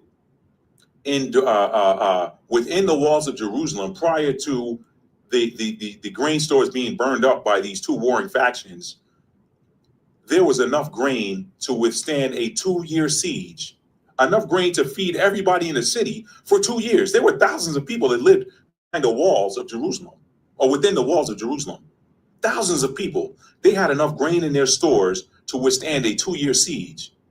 But in their warring with each other, they burned up each other's food stores. Oh, you're gonna burn up my food stores? All right, fine, we're gonna burn yours up. So they had no food by the time the siege started. Now, the way they fought back then, they weren't fighting with bullets and guns and bombs and stuff. They actually were physically fighting. Now, I don't know if you've ever tried to work out or go lift weights on an empty stomach, or if you're an athlete, you've ever tried to play sports with no calories in your system. If you can imagine, just with that point of reference, what it's like to fight in order to keep somebody from literally killing you with no calories. You can and remember, these guys fought with heavy metal. They fought with swords and spears and arrows and slings and everything. All of their weaponry was attached to their bodies, such that they had to physically swing blows. Now, imagine trying to do that with no food on hand. So this is why when the starvation started setting in, some of these adults started eating their dead children. And in this verse, it basically says that, hey, you know what? The man who was the father of these children, at this point, he sees that he got anybody left. He ain't sharing his dead child with them because he got nothing left to eat. This is how bad things have gotten. Okay. Now, remember I said Deuteronomy 28, Leviticus 26, prophecy turned history. This was prophesied in the days of Moses. It happened in 70 AD. Let's keep going. Let's see, verse 54, 55. So that he will not give to any of them of the flesh of his children whom he shall eat, because he had nothing left him in the siege and in the straitness, wherewith thine enemy shall distress thee in all thy gates. The tender and delicate woman among you, which would not adventure to set the sole of her foot upon the ground for delicateness and tenderness, her eyes shall be evil toward the husband of her bosom, and toward her son, and toward her daughter, and toward her young one that cometh out from between her feet, and toward her children, which she shall bear. For she shall eat them for want of all things secretly in the siege and straitness. So she's going to go away in secretly and then eat them for want of all things. So they have nothing. When you want something, you desire what you don't have. For want of all things, secretly in the siege and straitness, wherewith thine enemy shall distress thee in thy gates. If thou wilt not observe to do all the words of this law that are written in this book, that thou mayest fear this glorious and fearful name, the Lord thy God. Remember, this is a plug-in, this is an edit that originally said Yahuwah. I can show it to you right here, verse 58. If you will not safeguard to do all the words of this teaching written in this scroll, to fear this heavy and fearful title of Yahuwah, your Elohim. You know, and I'll be honest with you, I read somewhere that the people that wrote the Bible felt like it was blasphemous for anybody to say the name of the Most High, or that they were not worthy to say the name. So they edited that out. And everywhere you see the Lord thy God, that's a placeholder for what his name really is that you saw in the mechanical translation. So keep that in mind when you're studying the Bible. The Lord thy God, that's not even a name. That I used to question that when I was a kid reading the Bible. I'm like, whose name is a title? That thou mayest fear his glorious and fearful name, the Lord thy God. That's like saying, instead of saying the name of your dad, whoever your dad is, or whoever your mom is, saying that thou shalt fear this name, your mama or your daddy. Don't make sense. Anyway, verse 59. Then the Lord will make thy plagues wonderful, and the plagues of thy seed, even great plagues, and of long continuance, and sore sicknesses, and of long continuance. Moreover, he will bring upon thee all the diseases of Egypt, which thou wast afraid of, and they shall cleave unto thee. They're going to stick to you. Also, every sickness and every plague which is not written in the book of this law, them will the Lord bring upon thee until thou be destroyed. And ye shall be left few in number, whereas ye were as the stars of heaven for multitude, because thou wouldest not obey the voice of the Lord thy God. Excuse me. And it shall come to pass that as the Lord rejoiced over you to do you good and to multiply you, so the Lord will rejoice over you to destroy you and to bring you to naught or nothing. And ye shall be plucked off the land whither thou goest to possess it. So he's basically saying wherever you, even when you run from here, wherever you go to possess that land, you're going to be plucked off of that. That did happen. That happened throughout history a number of times. I won't get into it right now, but that happened on a number of occasions. Everywhere they went, they ended up getting plucked off that land and run somewhere else. And the Lord shall scatter thee among all people from the one end of the earth even unto the other. And there thou shalt serve other gods, which neither thou nor thy fathers have known, even wood and stone. Verse 65, and among these nations shalt thou find no ease, neither shall the sole of thy feet or foot have rest. But the Lord shall give thee a trembling heart and failing of eyes and sorrow of mind. And thy life shall hang in doubt before thee, and thou shalt fear day and night, and shall have none assurance of thy life. In the morning thou shalt say, oh Lord, I wish it were evening. Would God that it were even. And at the even thou shalt say, Oh Lord, I wish it were morning. For the fear of thine heart wherewith thou shalt fear, and for the sight of thine eyes which thou shalt see. And here's the kicker, verse 68. And the Lord shall bring thee into Egypt, or the land of bondage, again with ships, by the way whereof I spake unto thee, thou shalt see it no more again. And there you shall be sold unto your enemies for bondmen and bondwomen, and no man shall buy you. Now, I recommend, let me take a moment here. That's the end of Deuteronomy 28. Let me take a moment to recommend to you that you download a Bible app called the Logos Bible, Logos, Logos Bible. The reason why I say that is because the Logos Bible has cross references that allow you to jump to other instances of these various different verses. Wherever you might read in the Bible, there's a cross reference that the Logos Bible will have a hyperlink to. Now, the reason I bring that up here at verse 68 is because I've heard a misinterpretation by a lot of people that teach this Deuteronomy 28 and try to break it down. And the misrepresentation I hear a lot is that, oh, the Lord said you weren't going to see your homeland anymore. That's not what this is. If you look at the cross reference where it says, by the way whereof I spake unto thee, thou shalt see it no more again. This was a promise. You have to get the Logos Bible. I don't have it in front of me, and I don't want to delve into it because I want to. This video could go on forever. But download the Logos Bible, Logos. Look at Deuteronomy 28 and 68. Click the jump links, the hyperlinks, and you'll see the picture come into view. This doesn't mean that they were never going to see a homeland again. What it means is that when he said, by the way whereof I spake unto thee, thou shalt see it no more again. Basically, when he brought them out of Egypt, he made a promise to them in the desert and said, hey, listen, I'm not going to see you in that type of bondage. I'm not going to see you back in that bondage again, okay, as long as you listen to me. I'm not going to see you in that bondage, because we know that God cannot lie. But it was conditional then. He said, by the way whereof I spake unto thee, that thou shalt see it no more again. He was basically saying that I'm going to bring you back into bondage in ships, okay? Even though I told you I wasn't going to see you there, I wasn't going to send you back into bondage anymore. I'm going to send you into bondage, but this time you're going in ships, okay? And there you'll be sold unto your enemies for bondmen and bondwomen, and no man shall buy you. Now, let me jump really quick here before I assign the epics here, or show you where these different things, how they fell into these different epics. Let me jump back to the mechanical translation of verse 68, because it tells a slightly different picture. And I think either translation you take is accurate. Here it says,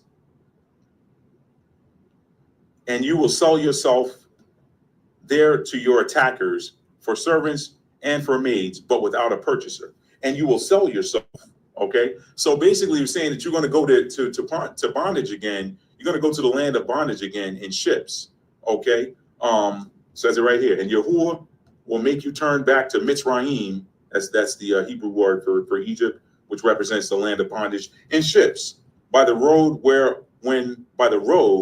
when I will say to you, you will not continue to see her. You won't continue to see that bondage. And you will sell yourself there to your attackers for servants and for maids, but without a purchaser. So now, if we take the transatlantic slave trade, and I know I'm jumping ahead a little bit, but if we take the transatlantic slave trade, there are two narratives that are both accurate, and both of them fit the mechanical translation as well as the modern translation. There you'll be sold unto your enemies for bondmen and bondwomen, and no man shall buy you.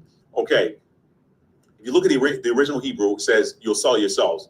Now, if we remember our history class in school, grade school, whatever, we know that the original 20-something slaves that came over at Point Comfort in 1619 came over as indentured servants.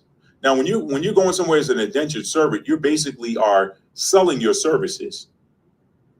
This says here, you're going to go there and sell yourself for slaves, bondmen and bondwomen, but no man will buy you. So it's basically, hey, you're here now. No, we ain't buying you nothing. You're here. This is home for you. And you're going to work on these lands till you die. All right. You're going to be buried on these lands you're working. That shows up in Leviticus 26, which I'm about to jump into in a few minutes.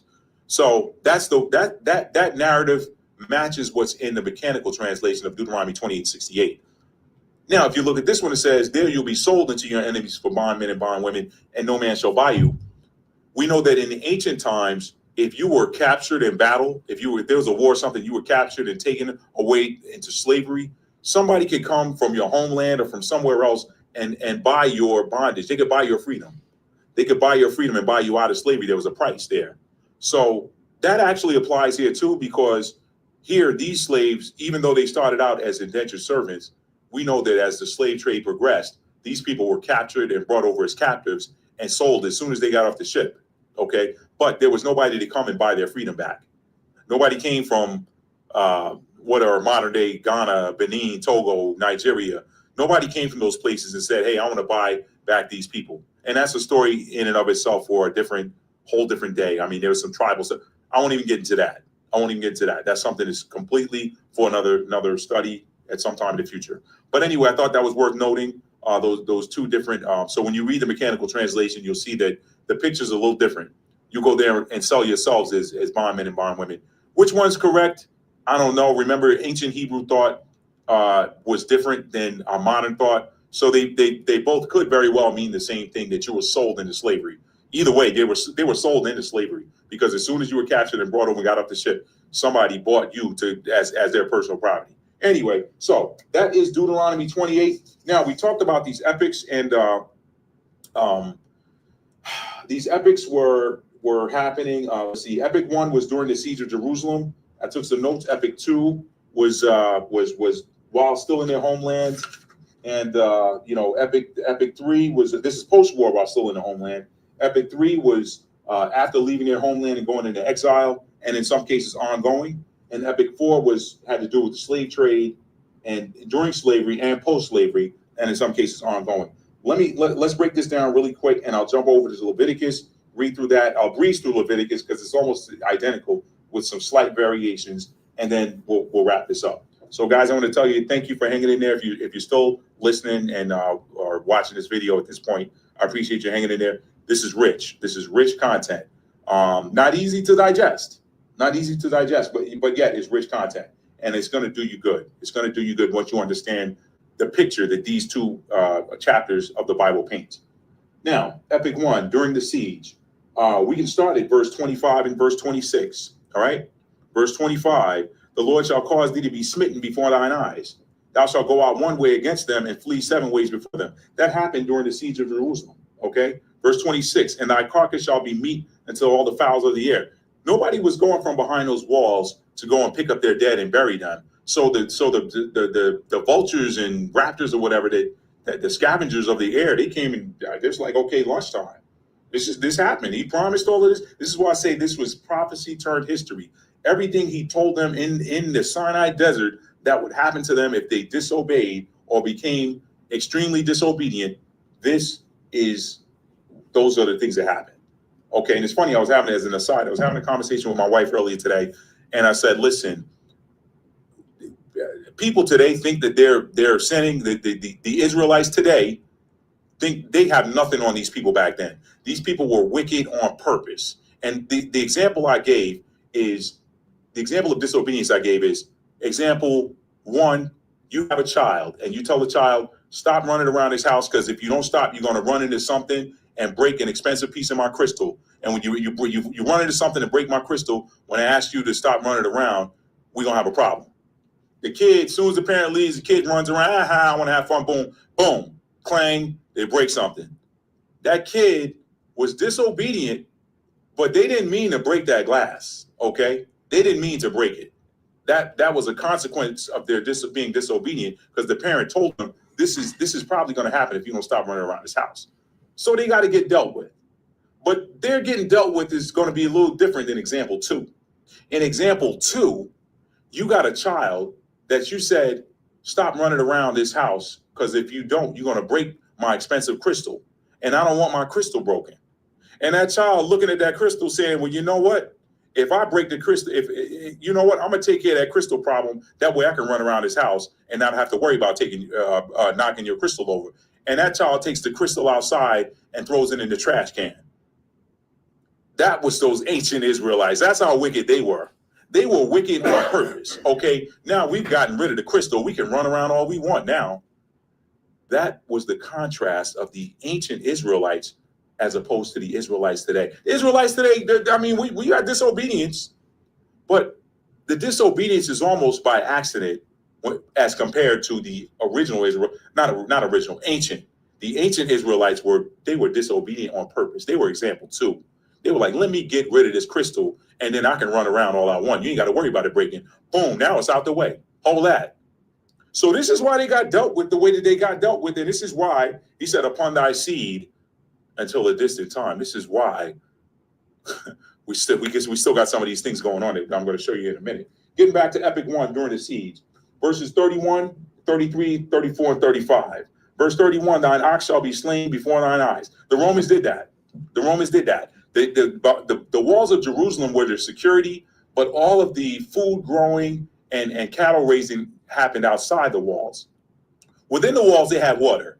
They had access to clean water. They had aqueducts, whatever. They have water that came into the city. So they didn't have a problem getting water. But the food was grown outside the city. So the Romans came and they were like, okay, look, if you studied how the Romans conducted war, they always put a wall around their enemies' walls and basically cut off all avenues of escape. Hey, you want to escape, you got to come through us now. We got the walls up, okay? And by the way, since we're out here, we got you you're behind those walls, and we got you boxed in with ours. We're gonna eat up everything you're growing out here. That's how they did what they did. They were very efficient soldiers. They were efficient. That was an efficient war machine, one of the most efficient of all time, believe it or not. Okay. Now that was verse 33. Verse 31. We know that they killed their cattle and ate it. I mean, they basically fed their soldiers with it. Verse 33. This is during the siege. The fruit of thy land and all thy labor shall a nation which thou knowest not eat up. That happened during the siege. 34. Thou shalt be mad for the sight of thine own eyes, which thou shalt see. They're looking over these walls and watching these foreigners eat up their stuff. And they're like, man, we're hungry in here. We can't get out here to get it. That happened. Verse 35, the Lord shall smite thee in the knees and in the legs with a sore botch that cannot be healed from the sole of thy foot unto the top of thy head. You know what? When you got death going on and you're not getting any food, the next thing that happens is disease.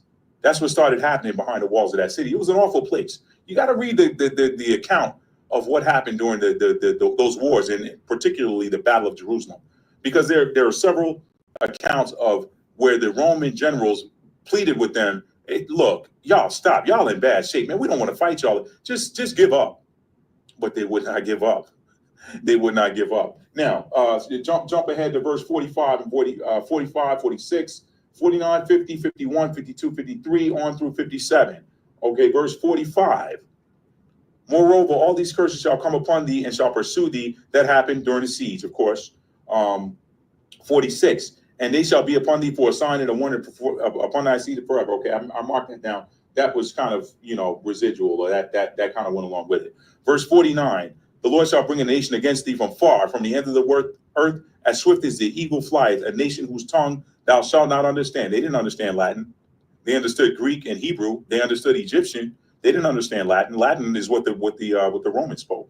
And the Romans moved quickly. They were swift. They were swift combatants. They had an engine. That thing was an engine. That was an earlier version of I won't even say it. I'll say it. That was an earlier version of Blitzkrieg. They were quick. They were very quick. Okay. Not celebrating Adolf Hitler, but listen, if you're a military historian, you know how swift even the Nazi soldiers move. So the Romans kind of were the original versions of that with their speed of attack. Verse 49, okay, we did that. Verse 50, a nation of a fierce countenance, which shall not regard the person of the old, nor show favor to the young. They didn't care. They were like, you behind those walls, you dead. We don't care about your old or your young. And they were fierce. They wore these helmets that covered it. They were mean looking jokers. Okay. 51. Okay, 51. And he shall eat the fruit of thy cattle. We know that happened. You guys can kind of read through that on your own. And he shall besiege thee in all thy gates, and until thy high and fenced walls come down, wherein thou trusted throughout all thy land. And he shall besiege thee in all thy gates throughout all thy land, which the Lord has given you. Basically, they, in retaliation for something, in retaliation for the Yahudim going to Rome and setting some stuff on fire and killing some people, he sent 3 legions into the Judean province, or the land of Judah, modern day Israel. And they started from the northern border and burned and destroyed their way all the way south until they got to the walls of Jerusalem. And when they laid siege to Jerusalem, they brought down those high and mighty walls that they trusted in.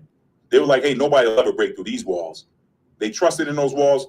Rome broke through them. So that's that verse. Okay. And thou shalt eat the fruit of thine own body, the flesh of thy sons. We talked about that. They were so hungry behind those walls from the starvation that they began eating their children that had died. Okay. Not cannibalism from the standpoint that they were killing them to eat them. It's just that when they died, they had nothing else to eat. Nobody could eat. So of course, when you're starving, the children are typically the first ones to die. They just ate their children.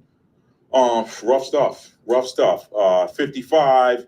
Okay, we read that. 56, a tender and delicate woman. 57, to her young. So she's eating her children. She's sneaking off somewhere eating so nobody would see her. Okay. Otherwise, if they saw her eating, they probably take it from her.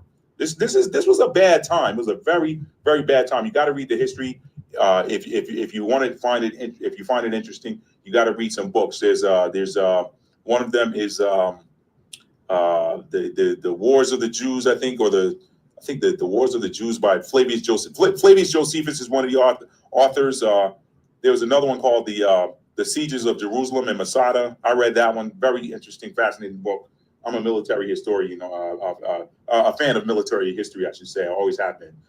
So all of these things through verse 57 happened during the siege.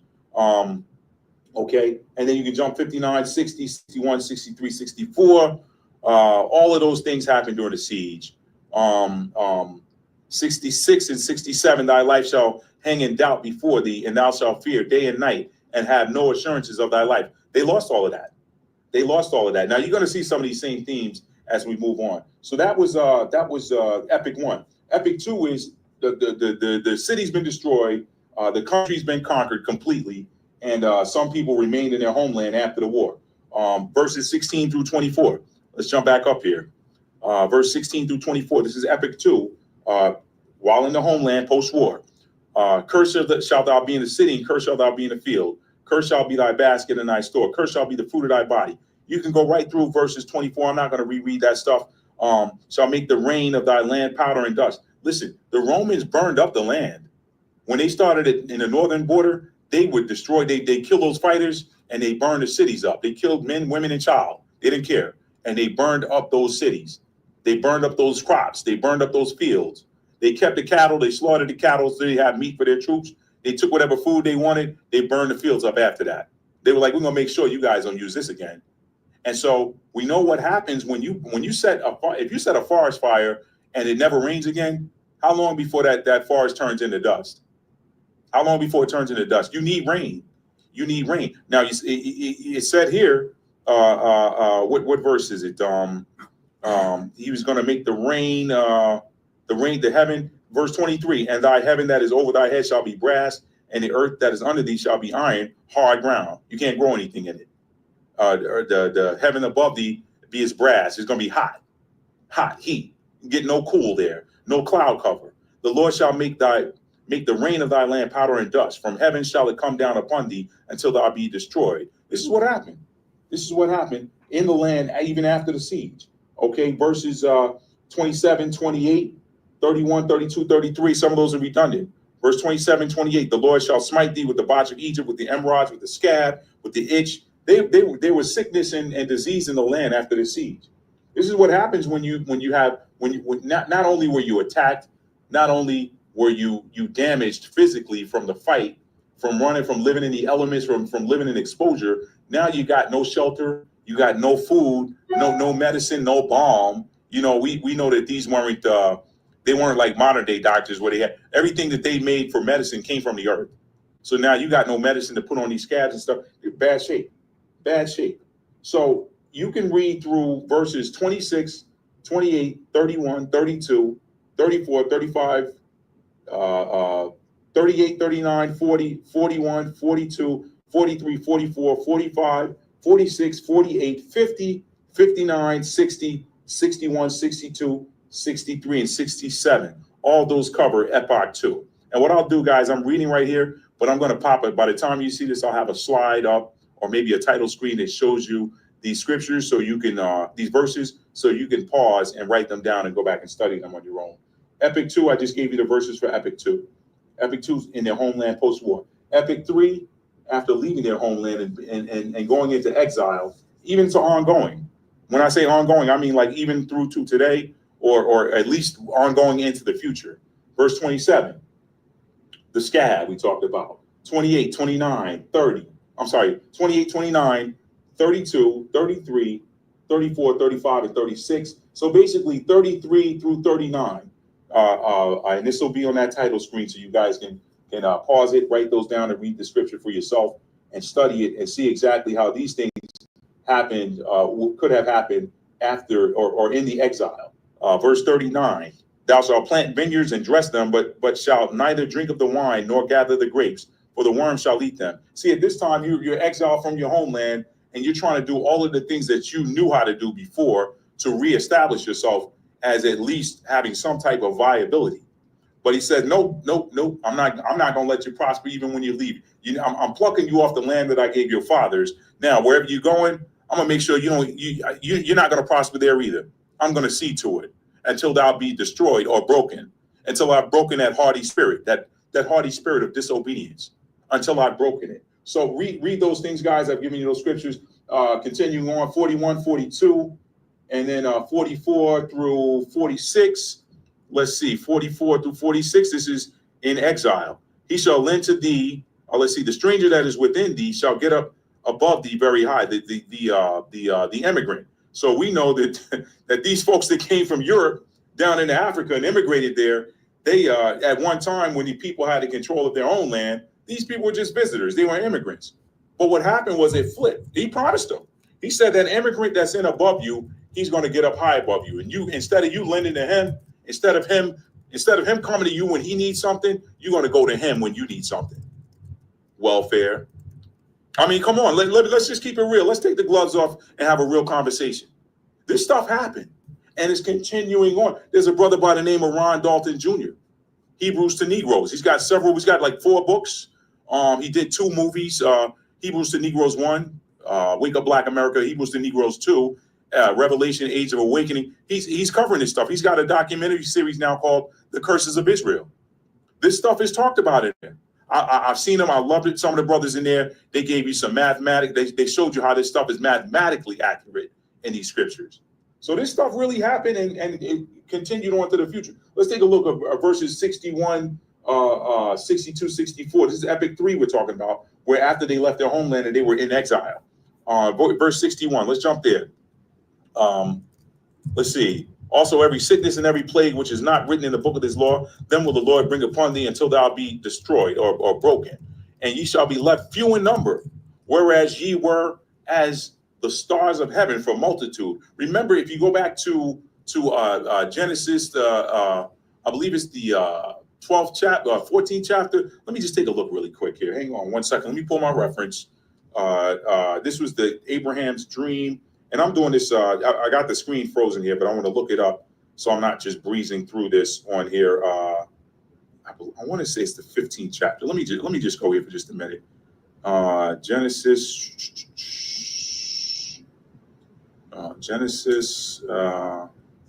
darn it, hang on a second. Genesis, the 15th chapter, let's see, 12. Let's see. That's not the one. That's not the one. But guys, you're gonna have to maybe drop it in the comments or whatever. I can't remember exactly the verse, but he promised Abraham that he was going to be the father of many nations, and that his seed would number like the stars of the sky. They'd be like countless. So here he goes back and he says, you know what, though you were great in number one time, I'm going to make your number small. Okay, look at where, if you look at where the Israelites are in every country they've been driven into, they're typically the minority. Hello, the minority. Okay, so this stuff is powerful stuff. This is powerful stuff. Now I know some of you are going to say, hey, you know what? There's more. You're talking about these different. This is talking about the lands where they were scattered. The lands where they were scattered. Okay, let's get off of this. That's verse 66, 67. In the morning, and thy life shall hang in doubt before 66. Thy life shall hang in doubt before thee, and thou shalt fear day and night, and have none assurance of thy life. I could go down a list of names of people who had no assurance.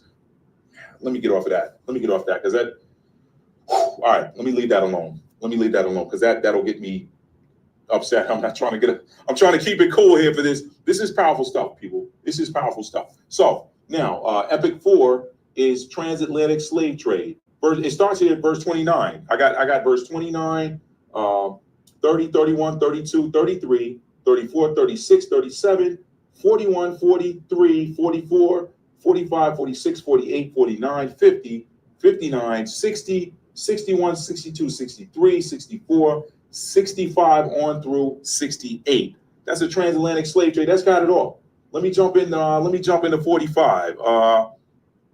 Where's that one? Let's see. No, you know what? Let's go all the way back to verse 29.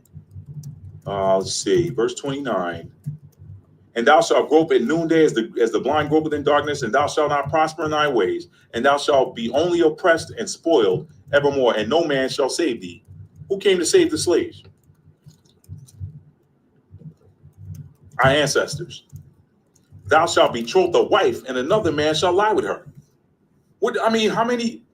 How often did that happen?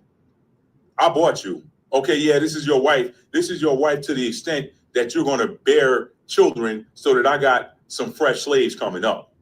But don't get it twisted. If I want this, I'm rolling out to the quarters when the mistress of the house is asleep, and I'm gonna do what I want to do out there. Thou shalt betroth a wife, and another man shall lie with her. That happened during slavery. Did that not happen during slavery? You can go through those verses I just listed, but again, thou shalt be carried to Egypt again in ships, and the Lord shall bring thee to Egypt again with ships. Okay, and there you'll be sold into your enemies for bondmen and bondwomen, and no man shall buy you. That's a transatlantic slave trade. All right. So that was Deuteronomy, the 28th chapter. Now I'm going to breeze through Leviticus 26 and just show you some more reference of which epics these different scriptures apply to. Remember, this is prophecy turned history. All of this stuff happened. This is prophecy turned history. All right. Leviticus 26. I'm not going to belabor this. I'm going to run through this really quick. He starts off giving them a commandment. This is how this thing started. Ye shall make no idols nor graven image, neither rear you up a standing image, neither shall you set up any image of stone in your land to bow down unto it. For I am the Lord your God. You shall keep my Sabbaths and reverence my sanctuary. I am the Lord. If you walk in my statutes and keep my commandments and do them, then I will give you rain in due season, and the land shall yield her increase. These are the blessings. All of the blessings here in Leviticus 26. They happen in verses. So he gives them a charge. Leviticus 26 and 1 through 3 is the charge. Make no idols and bow down to them. Keep my Sabbaths, that day of rest, and walk in my statutes and keep my commandments and do them. That was the charge. Okay. The blessings take place in verses 4 through 12. These are the blessings that he's going to give them in response to keeping the charge. Then will I give you rain in due season, and your land shall yield their increase, and the trees of the field shall yield their fruit. And your threshing holes shall reach unto the vintage. And your threshing, I should say, shall reach into the vintage, meaning the things that you harvest, wherever you're storing them, it's going to reach all the way up to the top. And the vintage shall reach unto the sowing time, meaning you're going to have so much food that it's going to last you until the next season when you start. So in other words, the vintage is the top. That's the top. That's what vintage here means. The vintage shall last until the sowing time. So you're not even going to knock down through the top of your food stores until it's time to plant the next season. That's how much food I'm going to give you. Okay. And I will give peace in the land, and you will lie down, and nobody will make you afraid. And I will rid evil beasts out of your land. Neither shall the sword go through your land. I'm not going to have any lions, any tigers, any bears, lions, tigers, and bears. You know what I'm saying? Remember, that land was fertile and with woods and forests and stuff at one time. Okay, when you're in Africa, what evil beasts are in Israel today? Are there any lions walking around in Israel today in the wilderness? No, there's no forest there. Where are the forests? So he basically, I mean, remember, this was in Africa. It is not was. This is in Africa. That's the biggest. That is where I think people get this whole thing twisted because of this modern term called Middle East. Africa and Egypt. I'm sorry, Egypt and Israel are in Africa.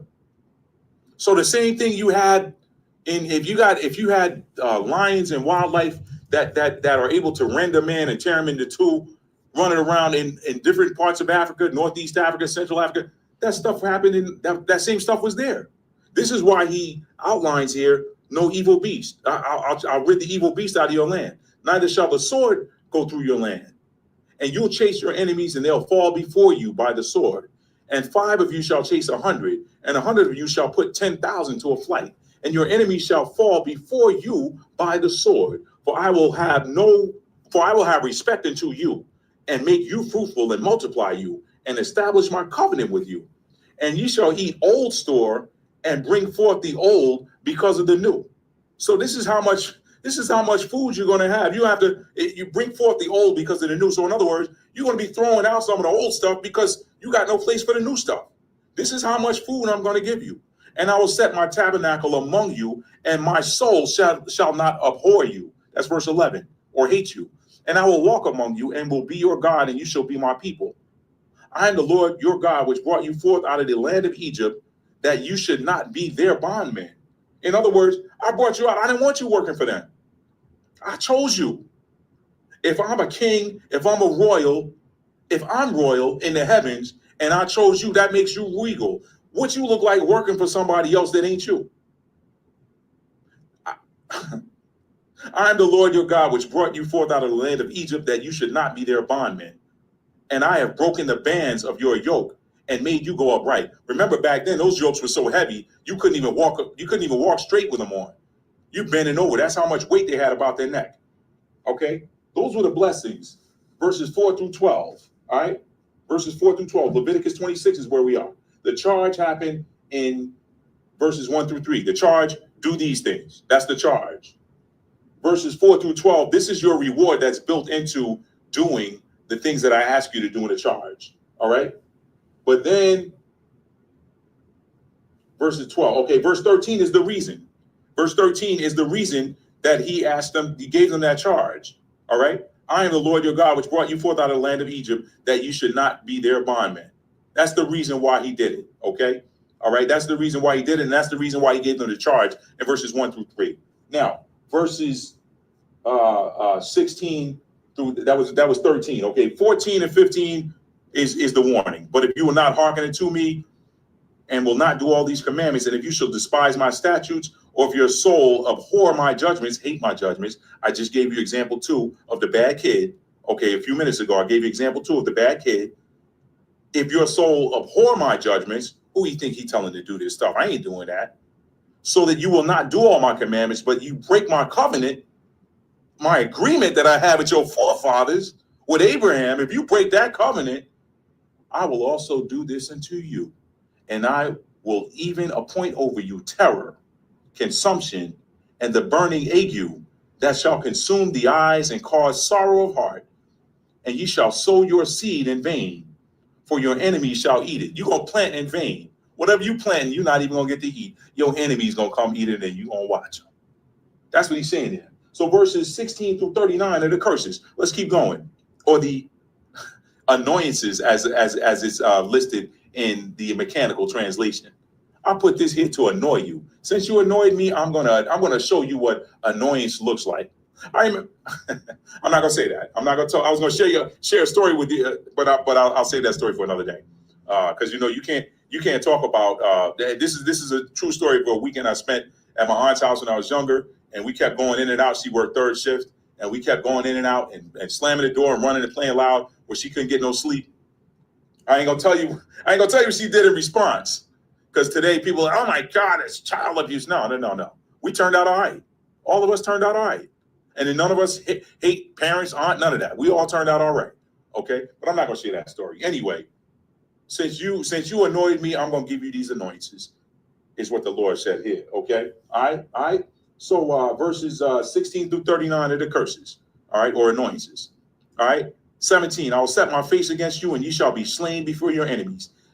They that hate you shall reign over you, and ye shall flee when nobody's even chasing you.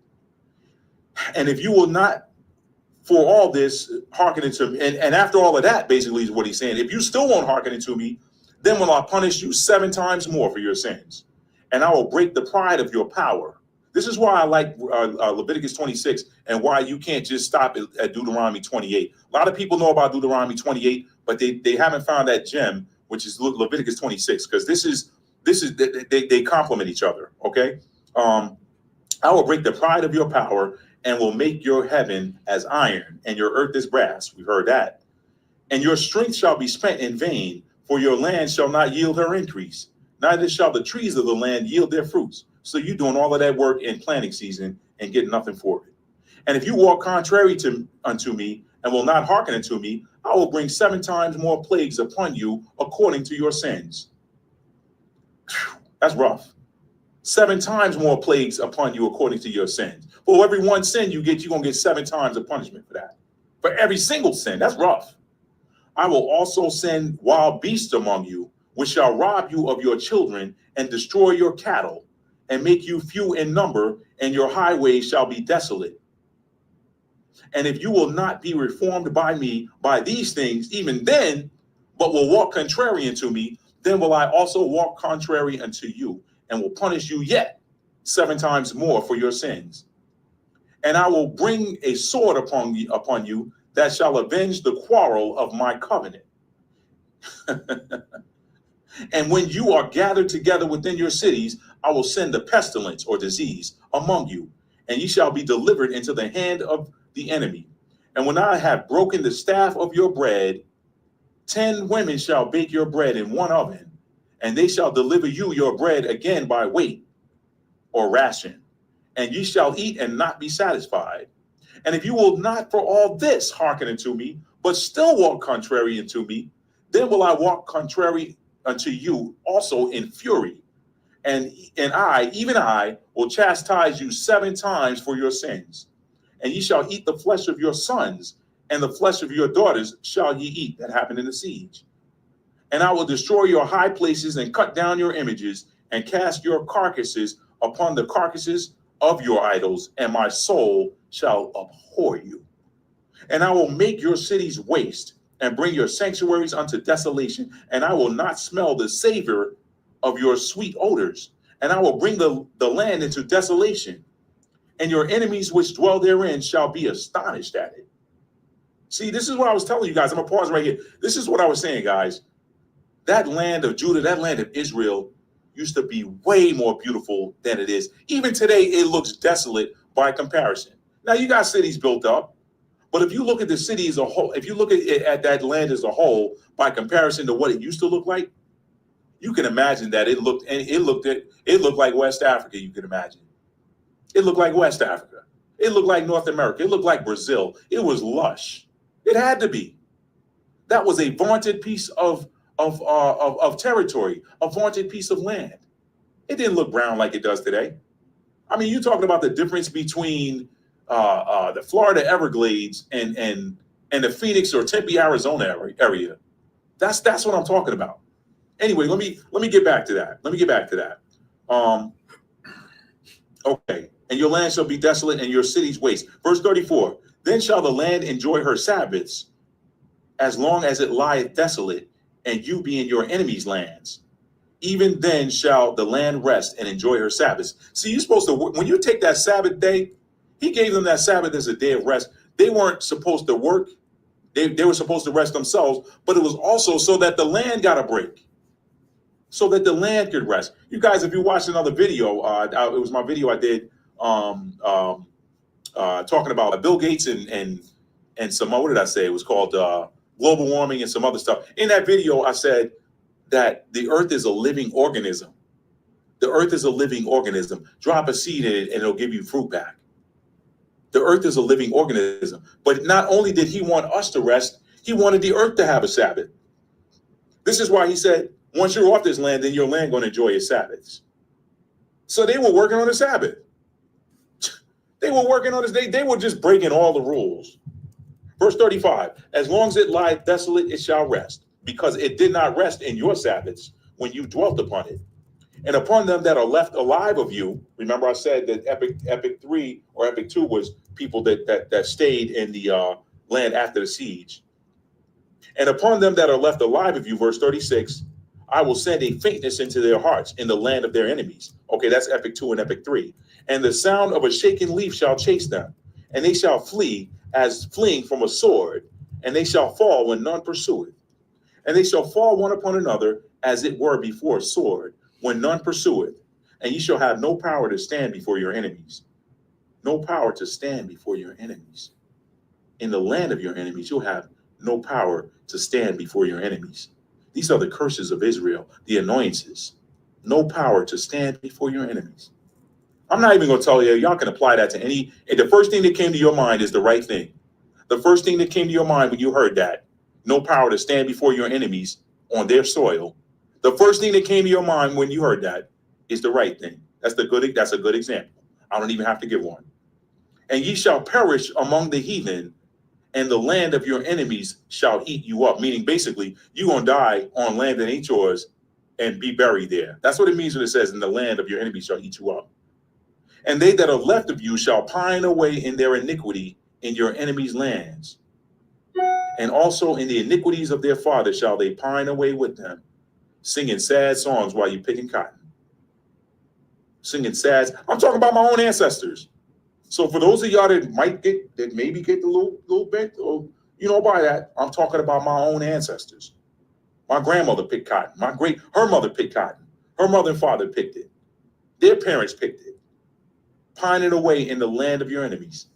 If they shall confess their iniquity, now that was the curses in verses 16 through 39. Now, there are conditions for restoration.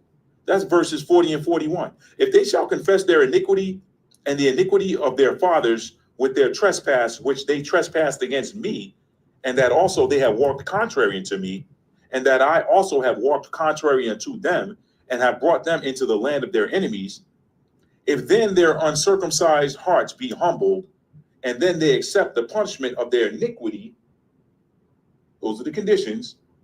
Here comes the promise of redemption, verses 42 to 45. Then will I remember my covenant with Jacob, and also my covenant with Isaac, and also my covenant or agreement with Abraham will I remember. And I will remember the land of Israel. The land also shall be left of them, and shall enjoy her Sabbaths, while she lieth desolate without them.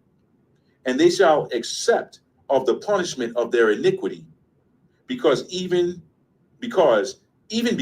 despise my judgments, and because their soul abhorred my statutes. If you ain't on your land anymore and you're a captive on another land, you got no choice but to accept the punishment of that iniquity. You got no choice.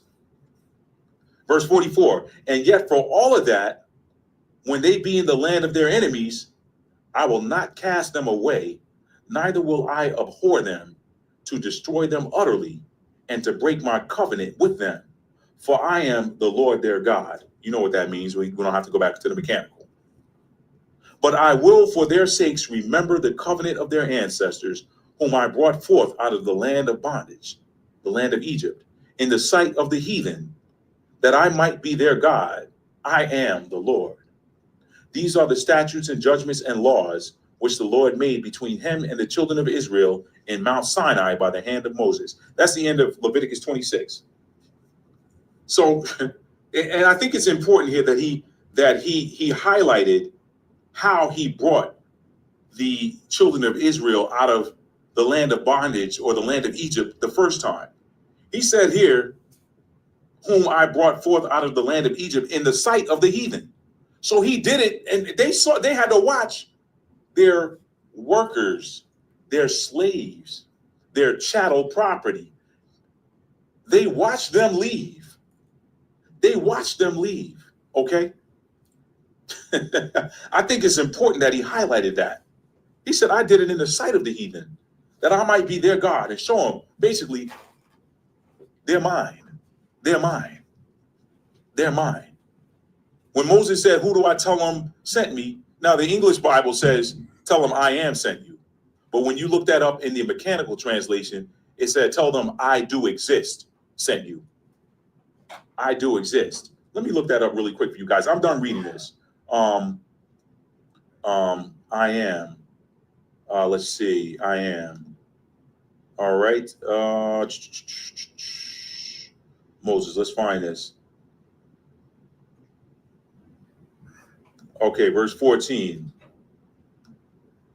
I am. All right, where is it? Verse 14. And God said unto Moses said, let's see, verse 13. And Moses said unto God, behold, when I come, this is a bit of an aside. Moses said unto God, behold, when I come into the children of Israel and shall say unto them, the God of your fathers has sent me unto you, and they shall say to me, what is his name? And what shall I say unto them? And God said unto Moses, I am that I am. And he said, now that is Exodus 3 and 14. Now watch this. This is why you want to get into this mechanical translation here. Exodus 3 and 14. Let's go back to the top. Exodus 3, and let's go to 14.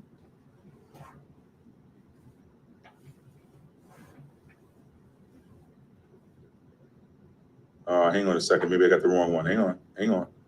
Exodus 3. I know this is the third chapter of Exodus. Yeah, Exodus 3rd chapter, 14th verse. Okay, 13th and 14th verse. Exodus 3rd chapter. There it is. And Moshe said unto Elohim, look, I am coming to the sons of Yisrael, and I will say to them, Elohim of your fathers had sent me to you. And they will say to me, what is his title? What will I say to them? And Elohim said to Moshe, I will exist, which I will exist. And he said, in this way, you will say to the sons of Yisrael, Eye has sent me unto you. That's interesting. So I am that I am versus I will exist. Or I do exist. I will exist. I do exist. I will exist. Meaning, when you already exist and you say I will exist, what does that mean? That means you ain't going nowhere. You ain't been nowhere and you ain't going nowhere. I exist. I exist in all places. I exist. I don't care where you live. If you live in Los Angeles and you're listening to this right now, your body's in Los Angeles, but you exist in Australia. What do I mean? Somebody in Australia can pull up an image of you or be told, hey, there's this person in LA named John Doe. Here's his picture on Facebook. And guess what? Now you exist in Australia, even though your body ain't there. It's a little bit too deep for some. I'm going to pull up off of that. But anyway, listen, I am going to get ready to wrap this up. I can show you here again, and I'm going to list these. Leviticus 26, Epic 1 is the siege, verses 16, 17, verses 26, 28, 29, 30, 31, 32, and 33. Go back and read those. That is Epic 1 or the siege. Verse 16 of Leviticus. Let me go back here. Leviticus 26. Let's get rid of this. Okay, and let's close this. And let's get rid of that. Come on, where you going? All right. All right, so I don't know how to work this software. I thought I did. Let's give it a search. Come on, y'all. Work with me here. Okay. All right. There we go, right there. Boom. All right. Reading is fundamental, right? Seeing is fundamental. Leviticus 26, we're wrapping up, guys. Leviticus 26, verse 16. These things happened during the siege. It pointed terror over you and consumption, and you'll sow your seed in vain, for your enemies will eat it up. That happened during the siege. That also happened in exile. It happened in slavery. That happened across all four epics. Verse 16, 17, I will set my face against you, and you'll be slain before your enemies. That happened in my God, that's happened across all of those epics. So listen, let me list them. I just listed Epic 1 for you. Verse 16 and 17, 26, 28 through 32, 20 and verses 28 through 33. I'll list them on the screen there for you. Epic 2, Leviticus verses 16 through 22, and then 24, 25, 28, and 33 and 34. Those verses apply to Epic 2. Epic 3, after leaving the homeland and going in exile, Epic 3 is verses 16 through 22, 24, 25, 28, 33, 34, 36 through 39, and then 43 through 45. Those are the Leviticus 26 verses that apply to Epic 3. And then finally, Epic 4, which is transatlantic slavery, during slavery, post-slavery, and ongoing. Leviticus 26, you got verses 16 through 19, verses 24, 25, 28, 36 through 39, and 44 and 45. Those things happen. Those verses apply to I would call modern times, transatlantic slave trade through slavery, and then post-slavery, and then ongoing. And I'm talking slavery, I'm talking not just North America, but South America. We know the transatlantic slave trade carried slaves from coast of West Africa to the Caribbean, North America, and South America. So anyway, so guys, that's it. I mean, in summary, I pretty much have finished that up for you guys. I've read the chapters of Deuteronomy 28 and Leviticus 26. And so that ends the reading portion of this. And I'm going to do a wrap up here. And then thank you guys for watching.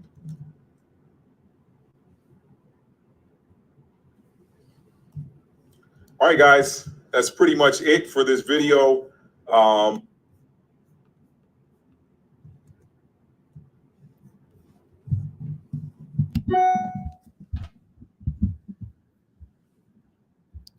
right, family. There's no reason for me to show you guys the last 10 minutes of that wrap up. I hope that you guys enjoyed the replay of the video that I did going on almost 4.5 years ago now. Deuteronomy, almost 5 years actually, because I dropped that in May of about 4.5 years. I dropped that in May of 2020. But Deuteronomy 28 and Leviticus 26, a study in history, not theology. I hope you guys enjoyed that. The title, Prophecy and Identity. I've been talking about this for a long time, you guys. Now, why is that important? I wanted to get that video out of the way because I've got some more interesting prophetic videos coming up later this month. Okay, I don't want to say when. Again, I'm getting over a sinus situation that went from bad to worse for a couple days, but y'all know me. I'm gonna fight it. I'm gonna jump in there and be like, all right, what we got to do. Anytime anything attacks me, I throw everything at it. And I don't stop till I stomp it out. All right. So we got this thing licked, man. It's in the championship rounds, as they say in boxing. So, you know, another day or two, I'll sound like my normal self. But anyway, thank y'all for being here tonight. I wanted to drop that because you guys listen. There's a lot of people that are asking a lot of questions now, especially with a lot of the stuff that's going on in the Middle East, and in, you know, with people talking about World War III, this, that, and the third. Listen, all of this fighting and strife that's been going on over there, not just this year, basically dating back thousands of years. I mean, after the siege of Jerusalem ended, basically that land never rested. Okay. And I showed y'all the scripture from Baruch, the 4th chapter, where the land is speaking. It's a beautiful Baruch chapter 4. It's in the Apocrypha. Beautiful. One of the most beautiful chapters in the Bible, if you ask me. It is a love story. It sounds like a mother longing for her children that were taken away from her, and knowing and promising them that they will be returned to her. It is a beautiful, beautiful narrative. I won't read that tonight. I've done it a number of times here. So for time's sake, I won't read it again. But for those of you that have the Apocrypha, please read Baruch chapter 4. A lot of what we talked about tonight, or what I shared tonight, also coincides with Baruch chapter 4. So now when you talk about a people, and y'all saw the little bonus material I gave y'all up front about the hair, you know what I mean? The hair hats. All right. Y'all know there's a people that have claimed and done all sorts of carnage, at least for the last 75, 76 years in that land. And I know there's a lot of argument. I get people to come in the comments and tell me, you know, man, Jerusalem is in Africa, Jerusalem's in America, Jerusalem's in South America. Hey, look, listen, you know, that's fine. If that works for you, then you wear that outfit. I'm not wearing that outfit. I've spoken to too many people that have gone to modern Jerusalem and modern Israel and seeing some of the archaeological sites and seeing different things that will say otherwise. And what resonates with me on the inside of me is that Middle Earth is the original location of the 12 tribes. Now, they were all over the planet, of course, but just some notes I made.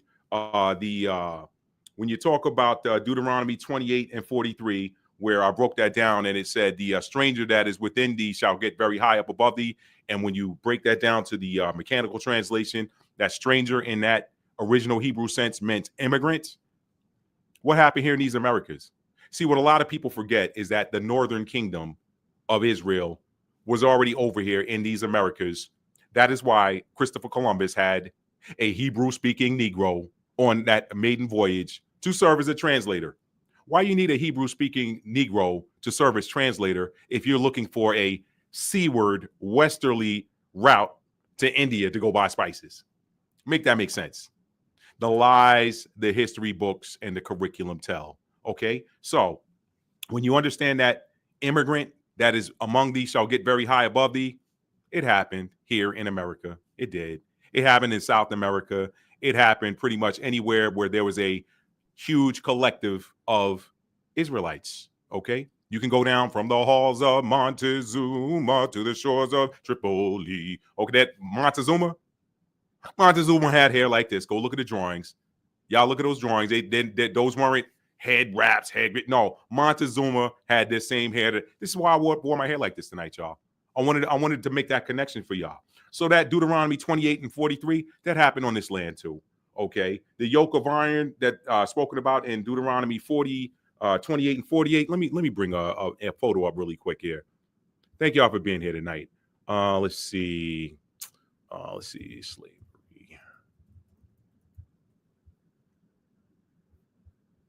Okay, let me bring this up.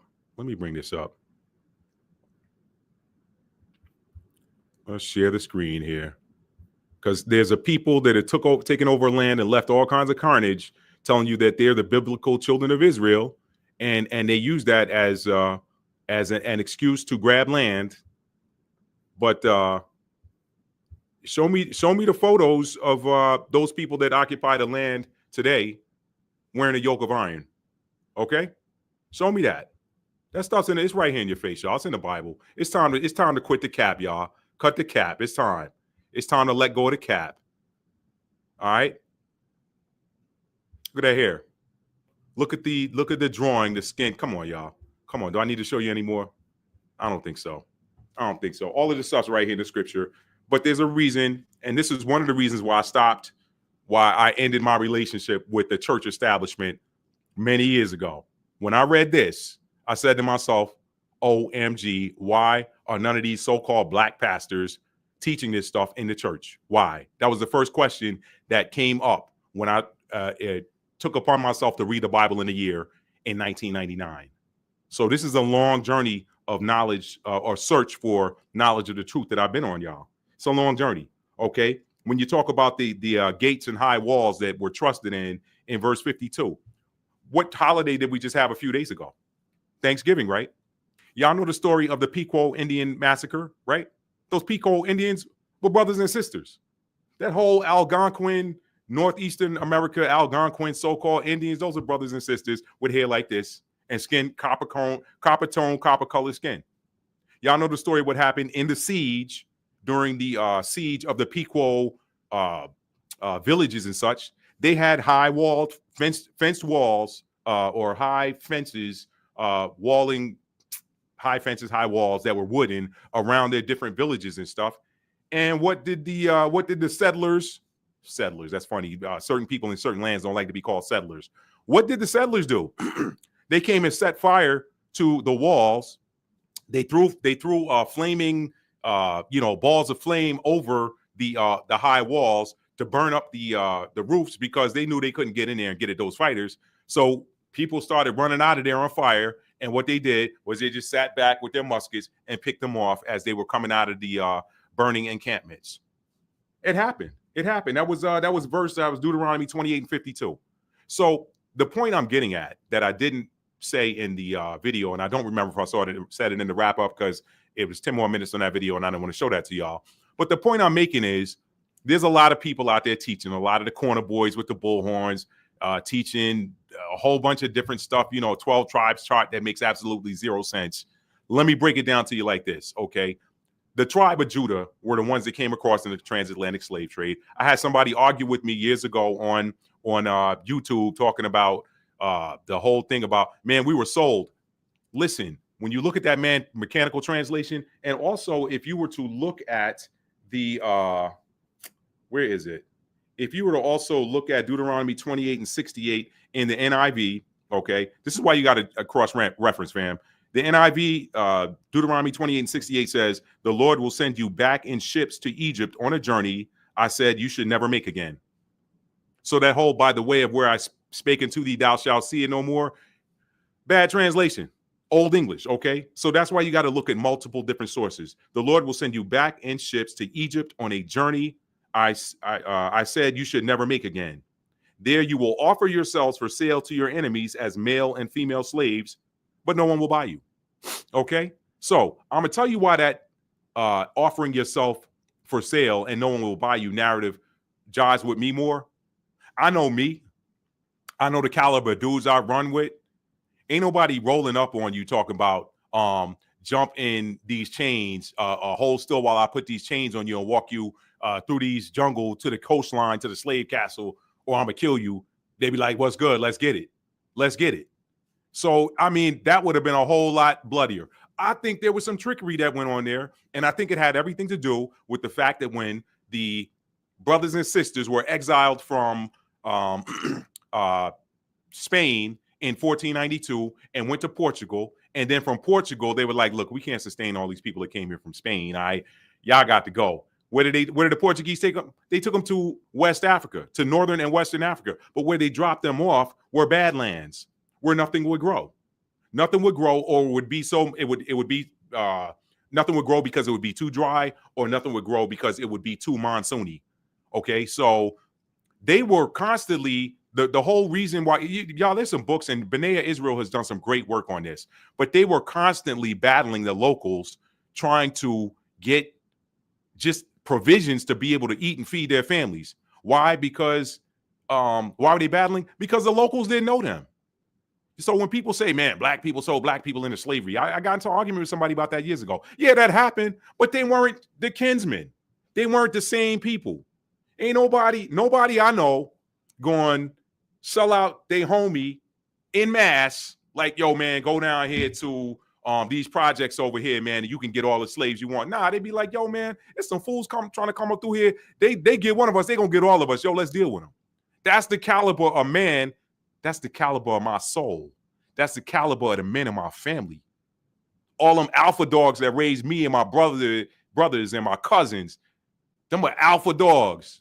They weren't going out like that. I'm telling you how I know my family were built. Now, if you know you on badlands where nothing's going to grow, and somebody says, hey, man, there's some lush soil across the sea over here. Some of your people are over there. Listen, come over there with us, and you can work for us for 7 years, and then you can send back for your family. Or, hey, tell you what, how about you and your whole family come over, and then you get over there. And then when you get off the boat at the port, psych, got you. Hold still or we're going to blast you. Now you like, oh, snap. All right, whatever y'all say, boom. Now you shackled. No man will buy you. You want to go there and sell yourself so that you can finally reestablish yourself, but no man will buy you. That narrative to me jives more. Now, I'm not saying some people weren't bested in some sort of skirmishes or something and came across like that. But you see them big John Henry hammer slinging brothers that was on the plantations, bro. Come on. And there have been a number of people that have done a number of great documentary work about the real reason why Abraham Lincoln wanted to free the slaves. All right. There was a lot of slave revolts and rebellions happening around the United States, and they were afraid that was going to be another French Revolution over here unless they started releasing people. That's the history they hide from us in the history books. Okay. So that whole, we're going to put you in shackles and line you up like sardines. That's bull. I'm sorry. And a lot of people are saying a lot of things about, you know what, where the original, they talk about the number of ships that would have had to make this many trips back and forth constantly to bring that many million of people. It don't jive. The Royal House of Judah came over, but there were more of us over here already than came in slave ships. And yes, there was a reverse slave trade too, where when somebody was beaten, they got sold over to France and Europe and other places too. You know, when you got good workers, you just got good workers. That's what it is. Okay. So yeah. So that 28 and 68 version, you will sell yourselves. That job's way more. To me, it's easier to trick somebody into getting on a ship or a boat and saying, hey, come over here with us. And I ain't gonna tell you about a auto regression I had, past life regression I had, auto regression. I'm not talking about I didn't have to get hypnotized. I fell asleep, had an auto regression, scared the crap out of me. I woke up when the ocean spray, I literally felt the ocean spray hitting my face. And that got me up out of that sleep. Yo, let me tell you something, man. Y'all better get tapped in. It's too late in the game to still be believing BS. Y'all better get tapped in. All right. So that was that. High walls, the straightness. Another definition I heard of straightness, y'all, was roads. Okay, this is I'm breaking this down for you 4 years after doing it, 4.5 years after doing that original video. But I'm glad I got to watch it with you guys. I would normally preview something I would show you guys, but I say, you know what? Let me trust myself. I think I did good work 4.5 years ago. Let me just watch it live. If I messed up, I messed up.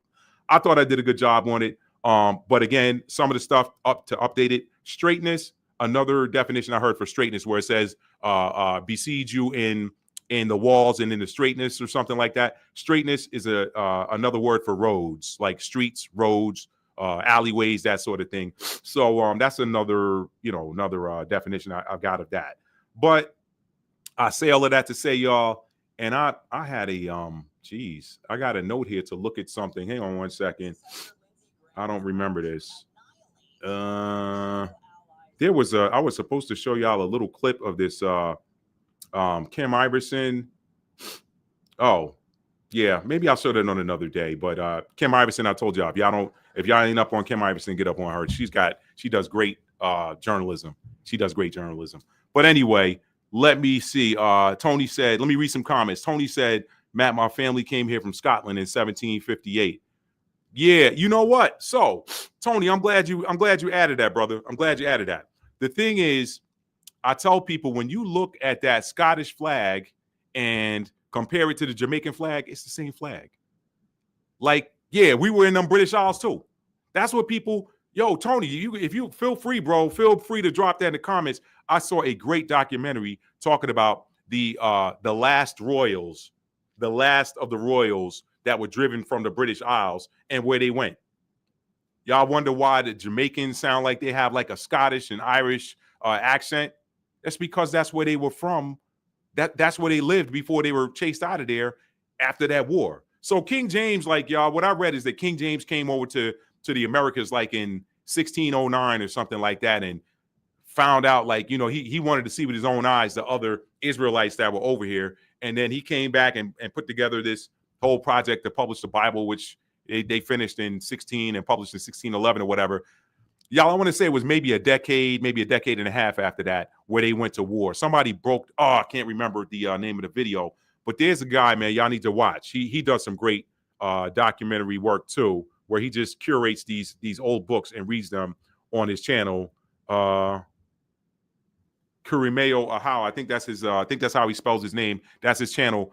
He broke down this book where this guy was like a spy back during that war that took place around in the 1620s, and basically told you how they killed off all the rest of the monarchs, and then changed all of those drawings you see where they got like Caucasian, you know, really pale people with reddish undertones and red lips, and then the white wigs and stuff.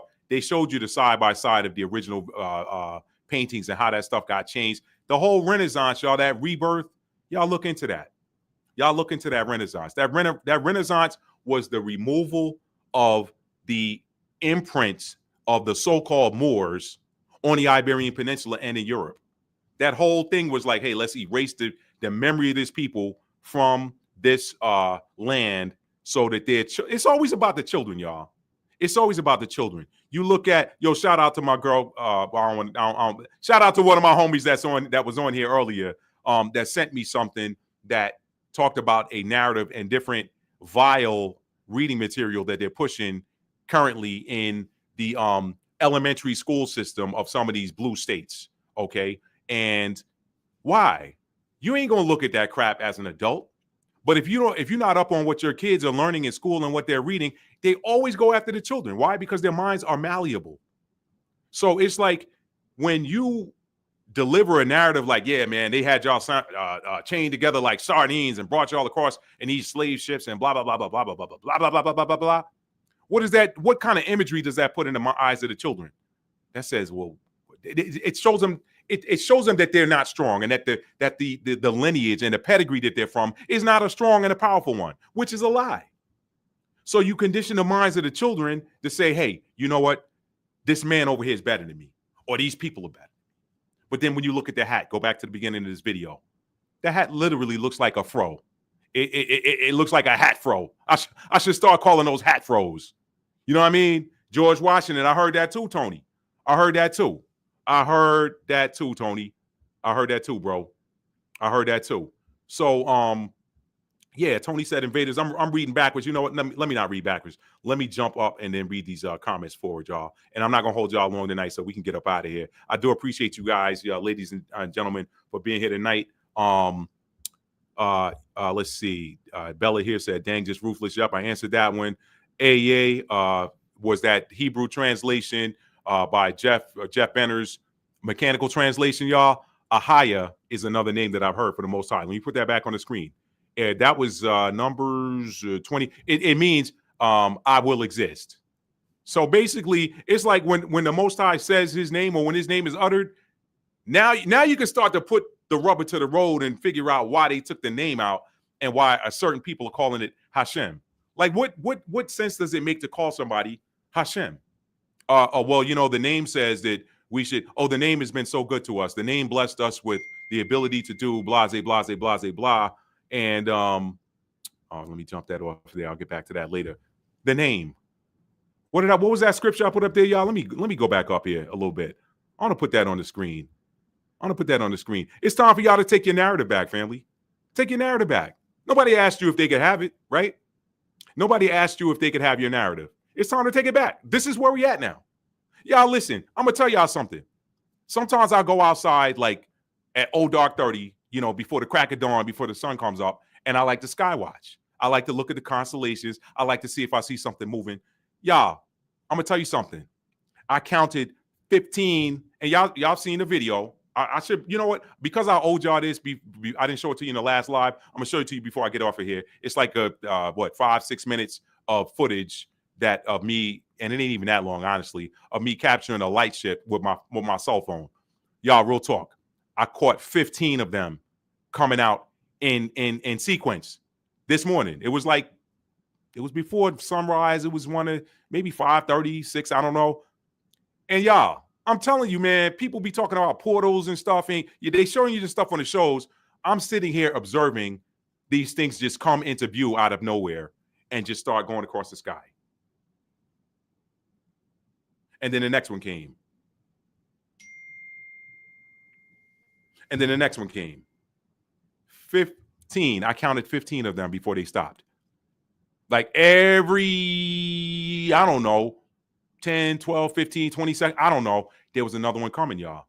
And they were flying in the direction of, now years ago, because I'm an old Army land navigation guy, I like to, sometimes if I want to know, like if I want to take a compass and shoot an azimuth to a certain location on the map, I want to know what direction that is from my house. So I'll look at the degrees and I'm like, oh, okay. Well, if I were in an airplane or something like that, and I didn't have to adjust too much for windage or whatever, I could fly in a straight line this many miles, setting a heading at, just for example, 27 degrees, and flying at that for 5, 6, 7, 8,000 miles and end up in this city on the other side of the map.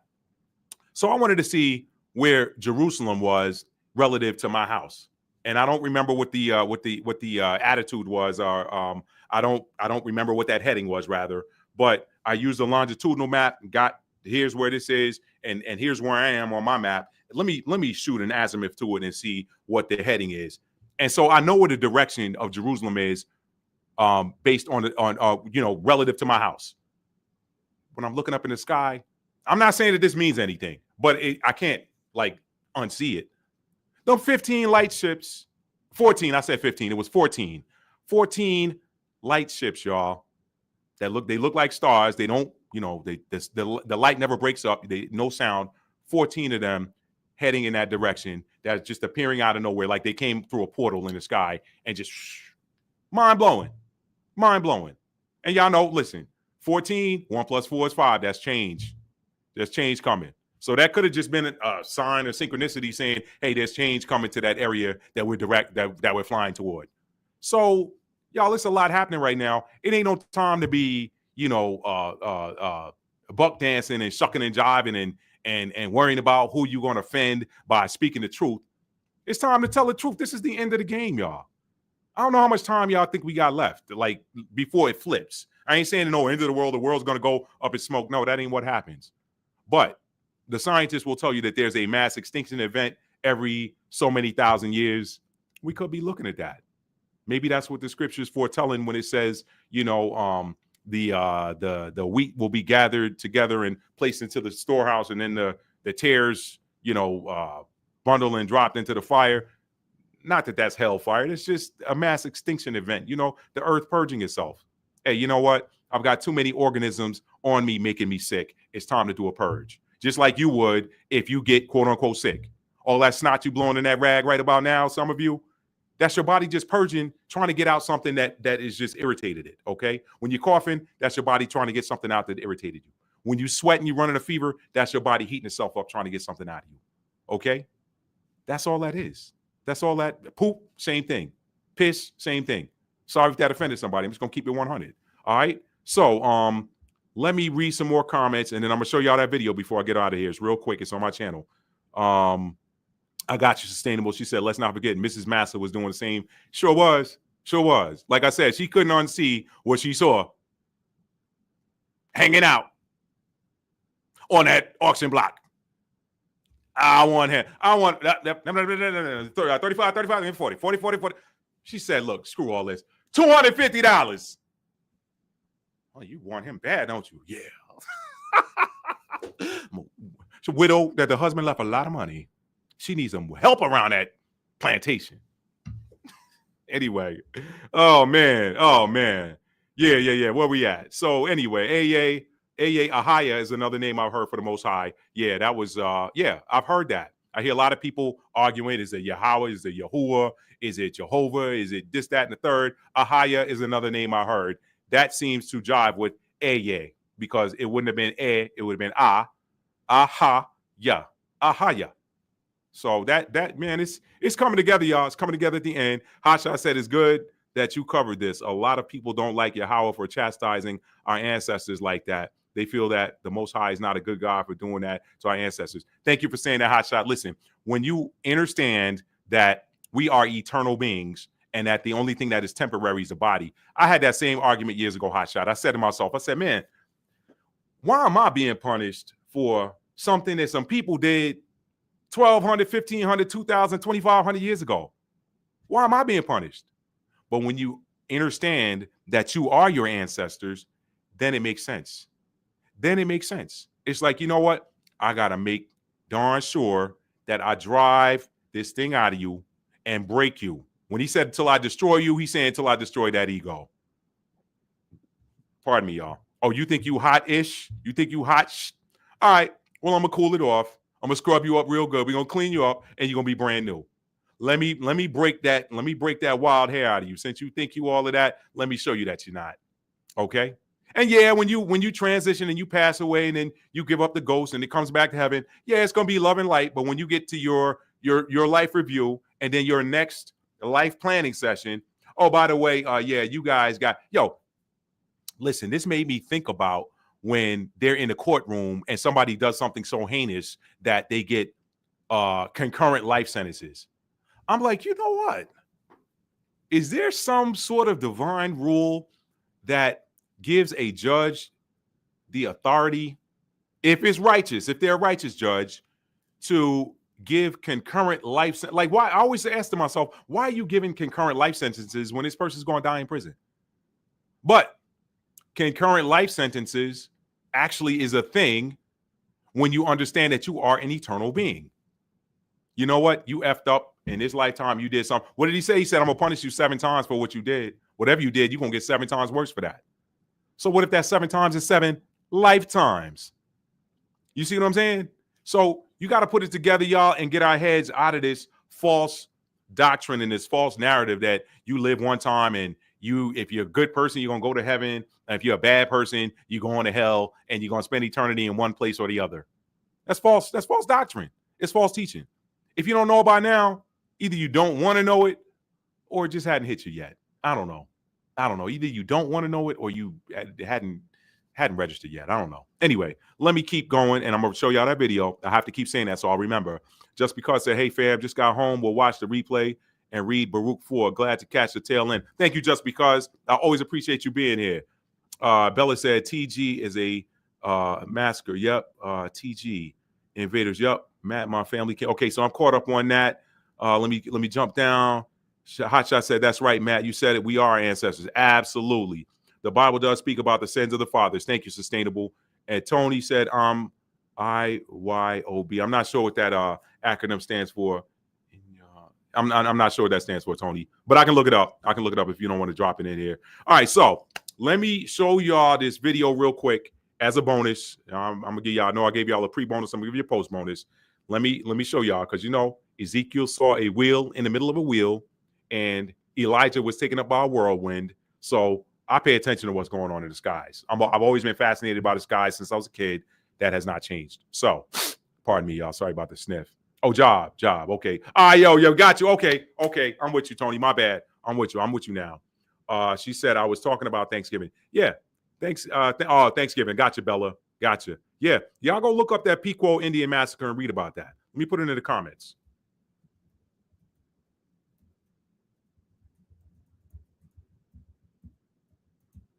Y'all can look that up. B'nai Israel also did a video breaking that down too, but you can also read about it. Sometimes I like to read, sometimes I like to watch documentary information that other people put out. Now, let me bring up this video real quick. YouTube, Matt D. Talford.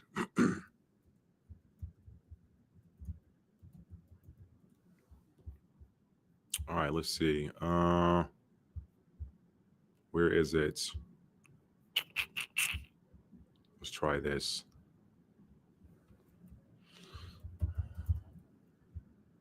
Yeah, there we go. Let me bring this up, y'all. Hang on.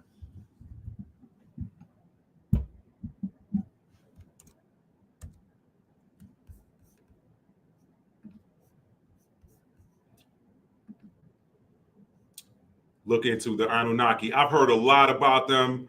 Tony, I haven't done a whole lot of research on them, but I'm not one to dismiss. You know, when I read the in the book of Revelation where it says, I saw a new heaven and a new earth. See, this is why, now that I got the identity part out of the way, if y'all ain't got it by now, you don't want to get it. I'm just going to leave it like that. If you don't have it by now, you don't want to get it. Jeremiah 16:19. I'll read that later. If you ain't got it by now, you don't want to get it. But that being said, listen, Anunnaki, connection to Revelation. What if, where John on the Isle of Patmos said, behold, I saw a new heaven and a new earth, the holy city, Jerusalem, descending from the clouds. Like people talk about Nibiru and all this, that, and the third. When you read the prophecy, all of this fighting over these dusty, graffiti, spray painted all over the place, all over the country, old waste cities and stuff. If there's a new Jerusalem coming down, people fight that stuff. There's people fighting over there. Ain't gonna see that anyway. Okay, if this is what it is. Now I can't say with any certainty that it is or isn't, but if it is talking about, if that's got something to do with the Anunnaki and how they reset stuff every 25,000 years or whatever, however many thousand years it is. I think it's 36,000 personally, but because 3 and 6 is 9 and 9 is a complete cycle in numerology, but that's a story for another day. Let me see. What was I going to say here? If that is coming, there's another passage of prophetic scripture that y'all have heard me read before. I'll read it again, but it comes from the book of Joel, and it says that strangers were not going to pass through Jerusalem anymore. What is a stranger? We just read that. Stranger is what? Immigrant. So who is who? This is why I tell you prophecy and identity. Prophecy is what's going to happen. Identity is who's going to happen to. All right. So if there's a new Jerusalem coming and somebody ain't going to be up in there, let me just leave it at that. Let me leave it at that. Y'all talking about all these bonds and we need more. We need America to give us more money for the more bonds. By the way, he running from the ICC. Instant karma. It's happening, y'all. He running from the ICC. He running from the ICC. All that mouth. And you got Mitch McConnell talking about we're going to crush our allies if they go after him. We don't care. We'll crush them economically. First of all, he need to crush a few laps around somebody's track. Yeah, I said it. I don't give up. Boy, let me play this video for y'all. Let me play this video for y'all, man. Let me play this. Here we go. I'm not going to play this whole 11 minutes. Let me skip forward. Hello and welcome back to another special edition of Maddie's Rap. I'm your host. Multiple award-winning author and storyteller Matt D. Talford, back again with another nature edition of Maddie. Check that out. Okay, here we go. I'll save that till the end. Anymore, you will then see the tail lights that are flashing, typically blue and red or whatever light color they are on that plane. And a helicopter, you know a helicopter when you see one, because sometimes you don't see them at night. Sometimes they're flying night vision, but you will see the tail and you know the sound. What you're about to see in this next clip has no sound, okay? And you observe for yourself. I'm here to tell you that was not a plane, and I've seen these before, and the only reason that I went out and recorded that was because of how low it was flying. Now, I got a little bit more narrative on that after. I'll save that till the end, but you guys check out these next two clips. Now, the first clip, I'm going to show you the object, and for the second clip, I'm going to show you Jupiter in the nighttime sky for reference. So you guys check that out. Okay. So as you can see, this was recorded originally on 12/4/2023 in the skies above Charlotte, North Carolina. Now, I want you to observe the backward rotation of the light. The light is spinning, or the object is moving to the right, and the object is spinning to the left. That already is very telling. And right here, look at that maneuver. So this thing turned downward in the sky, which is probably a cross, but it did an S motion and continued along its flight path. No vehicle can do that. Okay, so I'm going to do this again, and I want you guys again observe that light is spinning in the opposite direction that it's flying, and pay very close attention to where when the video gets into the thick of the trees, you're going to see a zigzag motion. And I'm here to tell you, man-made flying machines cannot maneuver like that in the sky, moving at that speed. Pay close attention. Here it comes.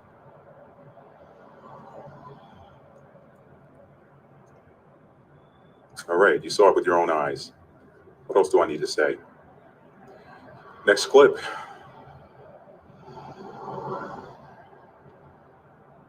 Now, for reference, this is Jupiter in the nighttime sky. I'll zoom in as close as I can get. Very similar energy. Very similar, but that's stationary. That's Jupiter. Well, I mean, as stationary as they are. We know they're not stationary. They move throughout the sky, but that's Jupiter. Same look as the energy that I saw moving across the sky. Very similar. Look at that. Jupiter. All right, family. You guys saw it. You saw it. You saw it for yourself. You saw the first clip. And I got to tell you, the thing that surprised me about that first clip. Y'all saw it. Y'all saw it. We're going to be seeing a lot more this coming year because I told you guys I did an early 2025 prediction video. And one of the things I said is that the North Node, which is the planetary node of destiny, everybody's got a natal North Node in their birth chart, but the node changes on the planet in the cosmos every 18 months. In in just a few weeks. January, I want to say it's January the 5th, maybe. But in just a few weeks, the North Node is going to shift out of Aries and into Pisces. We're already seeing that Piscean energy pick up. A lot of y'all with these different Pisces placements and these different Piscean degree placements in your natal chart, you're feeling an activation in those areas of your life. Okay? I told you Pisces is the ruler of the 12th house, and the 12th house is the bridge between the physical realm and the spiritual realm. So when you couple that with all of these prophecies I've been reading for the last 2 years, if you look at 2nd Esdras, the 6th chapter, where he's around the 17th, 18th, 19th verse somewhere, he says, in those days I will begin to visit them that dwell upon the earth. What do y'all think that means? I mean, like, that's not figurative. There's a lot of stuff in the scripture that's figurative. That's not, okay? So what do y'all think we about to start seeing? Why do you think they blowing up all of this stuff? UFO this, UAP that, alien. Y'all seeing these movies right and left. You know why? Because somebody's trying to take control of the narrative to get out. Somebody's trying to get out ahead of the story before it drops. Somebody's trying to take control of the narrative before the events begin to happen. But what good is that going to do? Because nothing can stop or top the will of the Most High. We know that. Y'all know it. So it's y'all get your mind right, man. This is why I tell you to keep your vibes high. Keep your vibes high. When your vibes are high, you want your vibrations to match the energy of whatever high vibrational thing is coming, so that you're in alignment. If your vibrations are low, if you're in the energy of sadness, you're in the energy of grief, you're in the energy of despair, you're in the energy of anything of fear, anything that's low vibrational, then you can't be in alignment with something that's high vibrational, and you miss it. You are responsible for your vibrations. Don't blame them on anybody. Yeah, it's easy to say, well, hey, this conversation with this person lowered my vibration, or this person cutting me off in traffic, man, that got me angry. It's okay to dip. It's okay to dip below that midline on the emotional vibrational frequency chart. It's okay to dip. You just can't stay down there.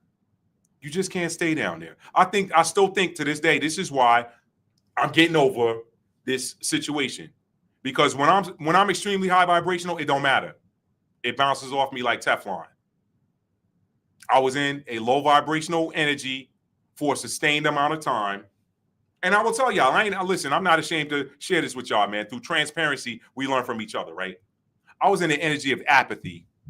Y'all know what apathy is. Man, I don't even care no more, man. Bump it.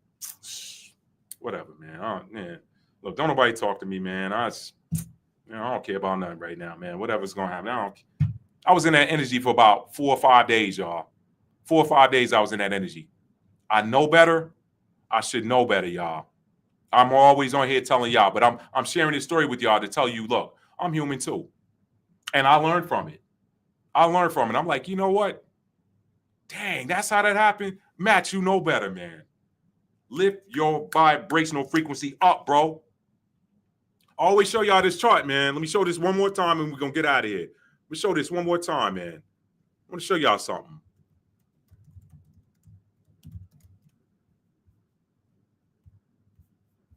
Let me show y'all something here, man. I always click on that wrong one. Where is it? Right here. I'll go with that. Yeah, I don't want to show that one since y'all got it watermarked. Let's go with this. Good enough. Good enough. All right. Y'all, I know this. I give y'all this cheat code all the time. I got this on my refrigerator. And let me tell you this again. If you want to know if y'all take that pro tip that I gave y'all a live or two ago, where you print what I'm about to show you out. Let me see. Hang on. You print this out.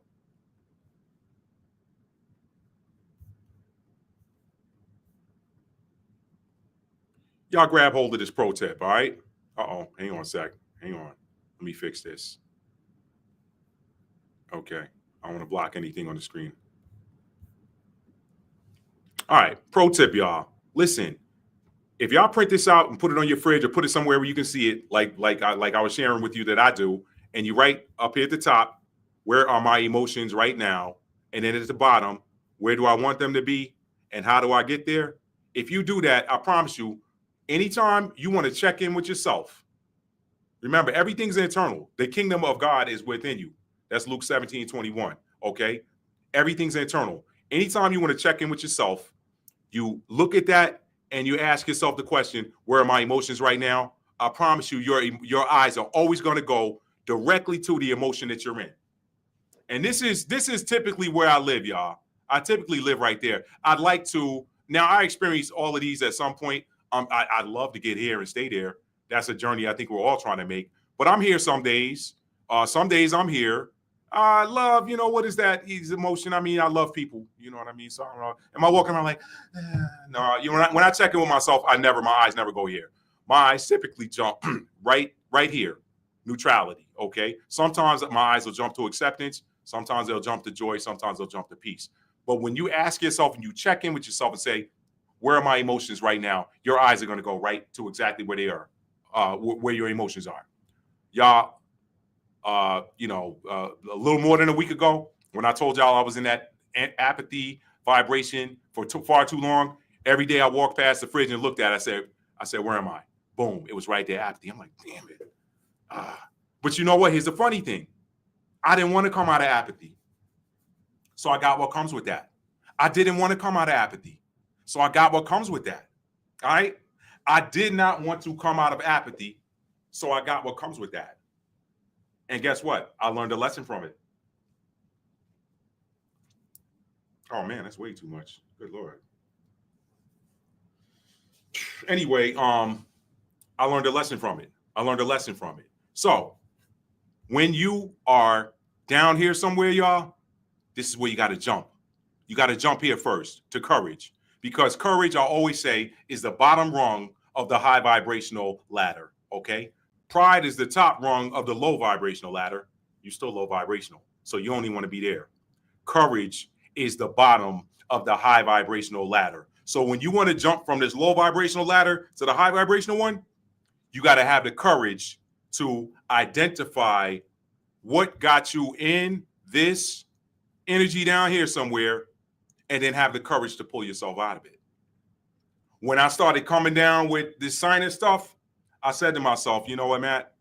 This is because you were in that apathy energy for too long. That's why it didn't bounce off you. Y'all, I've been around people that were sick. I've been around people in my lifetime that had the flu, never caught it. Been in the car with them. They coughing, sneezing, talking. I'm like, bro, let me roll the window down, whatever. But I promise y'all, I've never caught it. Why? Because my vibes are high. Something low vibrational cannot attach itself to you if you're high vibrational. That's simple. That's simple energy. It cannot attach itself to you. You're spinning too fast. So it's going to bounce off. But when you're spinning at slower than something that's low vibrational or at the same rotational frequency, it can attach itself to you. So you can't stay down there long. So once I identified that and started coming down with this, I got mad at myself. I jumped up to the anger at myself. But guess what? That was at least a climb from apathy. And I said, Matt, you know better.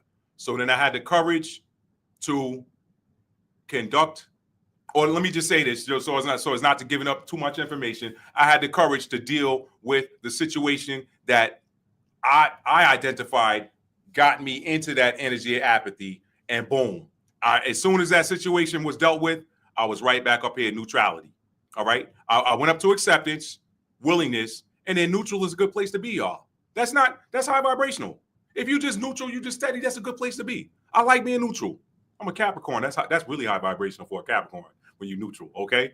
But even in there, I found my joy and some peace again, y'all. I found peace again even after that. So I say all of that to say, y'all, this ain't the time to be low vibrational, man. It's too much going on in the world. Keep your vibes high and remember that you're responsible for them.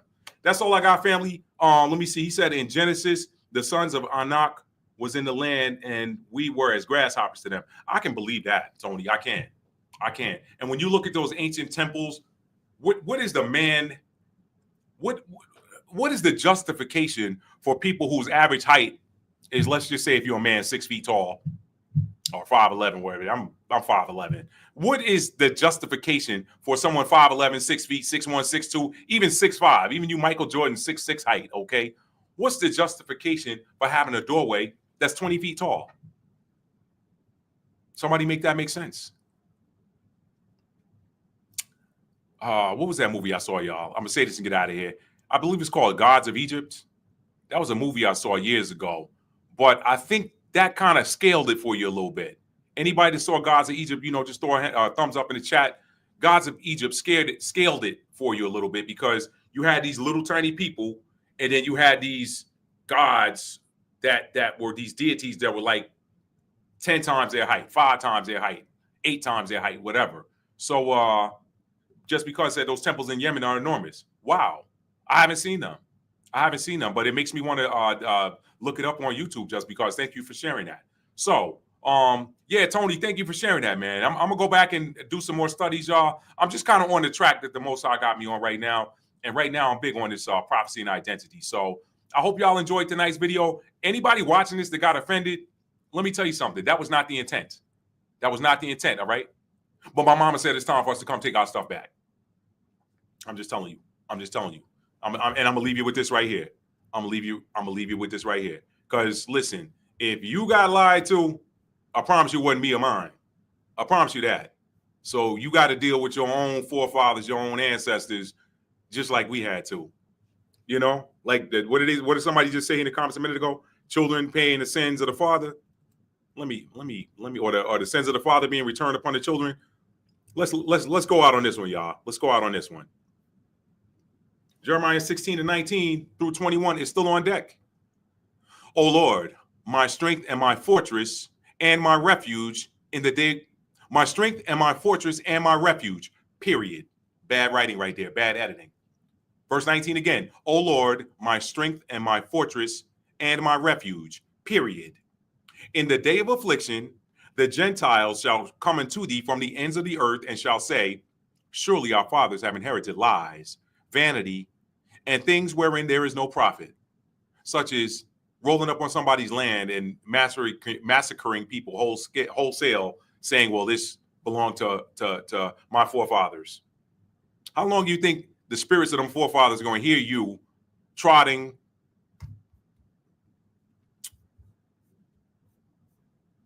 Hang on. I guess I said the word trotting for a minute. Maybe I was supposed to show this. And they shall fall by the edge of the sword. Who? This actually, you can juxtapose this with the Deuteronomy 28, Leviticus 26 I just read. Okay, that happened during the siege. And they shall fall by the edge of the sword and shall be led away captive into all nations. And Jerusalem shall be trodden down of the Gentiles until the times of the Gentiles be fulfilled. Y'all, are the times of the Gentiles fulfilled? Y'all put that in the chat. Let me know. Okay. Are the times of the Gentiles fulfilled? So this is why I said prophecy and identity. Who is Jacob and who is the Gentiles? O Lord, my strength and my fortress and my refuge, period. In the day of affliction, the Gentiles shall come unto thee from the ends of the earth and shall say, surely our fathers have inherited lies. Inheritances are things that are passed down. So you pass down this false identity to your children. They're going to come back and visit y'all. The children going to come back and visit y'all and going to say, why did you lie to us? Why you let us catch this fade from the Most High when all we thought was what y'all told us? Why y'all lie to us? Worst thing you can ever do is lie to yourself. So when you're lying to your children, you're lying to yourself. All right? Surely our fathers have inherited lies, vanity, and things wherein there is no profit. Shall a man make gods unto himself, and they are no gods? A god to yourself could be AI. That's a story for another day. Therefore, behold, I will this once. He said, let me roll up my sleeves, man. I got to do this every 36,000 years. I got to thump somebody. Let me roll up my sleeves. Therefore, behold, I will this once cause them to know. I will cause them to know my hand and my might, and they shall know that my name is Yahweh, Ahiah. Yahweh, Ahiah. It ain't the Lord. That's a title. All right. And y'all saw the video I dropped on, shared from the young cat put out there from TikTok. I showed y'all the breakdown he did. Story for another day. Petra. Okay, Petra, not Yemen, Jordan. Yeah, Petra, Jordan. Yeah, I saw that just because. I did a breakdown on that. That's the site of, Petra is actually part of ancient Judah, ancient Judea. Petra is. That is the setting for the books of Judith in the Apocrypha. It's Petra. That whole little, when you come through that little, what you call it, and come on that big old, they said that area is like the size of Manhattan Island. I did a breakdown on that. You can find on my channel. Let me share. I don't know why I'm still in the zone. No, I'm still on bonus time, y'all. Let me just drop this real quick. All right. Y'all coming in with the comments now. Let me drop this in here real quick and we're gonna bounce, y'all. Let me see. Matt D. Talford. Boom. Let's see. Search. It's my channel. All right. Okay, here we go. Right here, 54 minutes. Let me share this. There are no such things as coincidences. They do not exist. All right, let me go back. Right here. Let me share this just so you can see it on the screen, and I'll put it in the comments, and y'all can click it and watch it at your leisure, okay? Right there, this first one. This hidden text proves there's a thumbnail. This hidden text proves that the land of Israel is bigger than we thought. Y'all check that out. I'm pretty sure that's the one. Let me just jump over here and scan through it real quick. Hang on, fam. Let me skip. No such things. And after what manner? Yeah. This is the one. Yeah, this is the one. Okay. Yeah, y'all check that out when you get a chance. All right. That's the one. I'm gonna put it in the chat, and y'all can click it. You said I sent a vid on Gmail of the Sentinel. Tony, did you send that to my Talford Arts address? If you did, it probably went into my spam. So I'm gonna pull that up. I'm gonna look for it. So I appreciate that. I'm definitely gonna pull that up. Hotshot said, "Yep, time's up." Sustainable said, "Weren't those the Nephilim?" That's another name I heard from too as well. So yeah. Well, I don't know Nephilim and Anunnaki. I don't know that they're one and the same. To be honest, I don't. Why do I still have this on the screen? Okay, there we go. All right, family, listen. We're at 3 hours and 3 minutes, 303. That's a synchronicity. Maybe somebody want to look that up. Angel number 303 might mean something to you.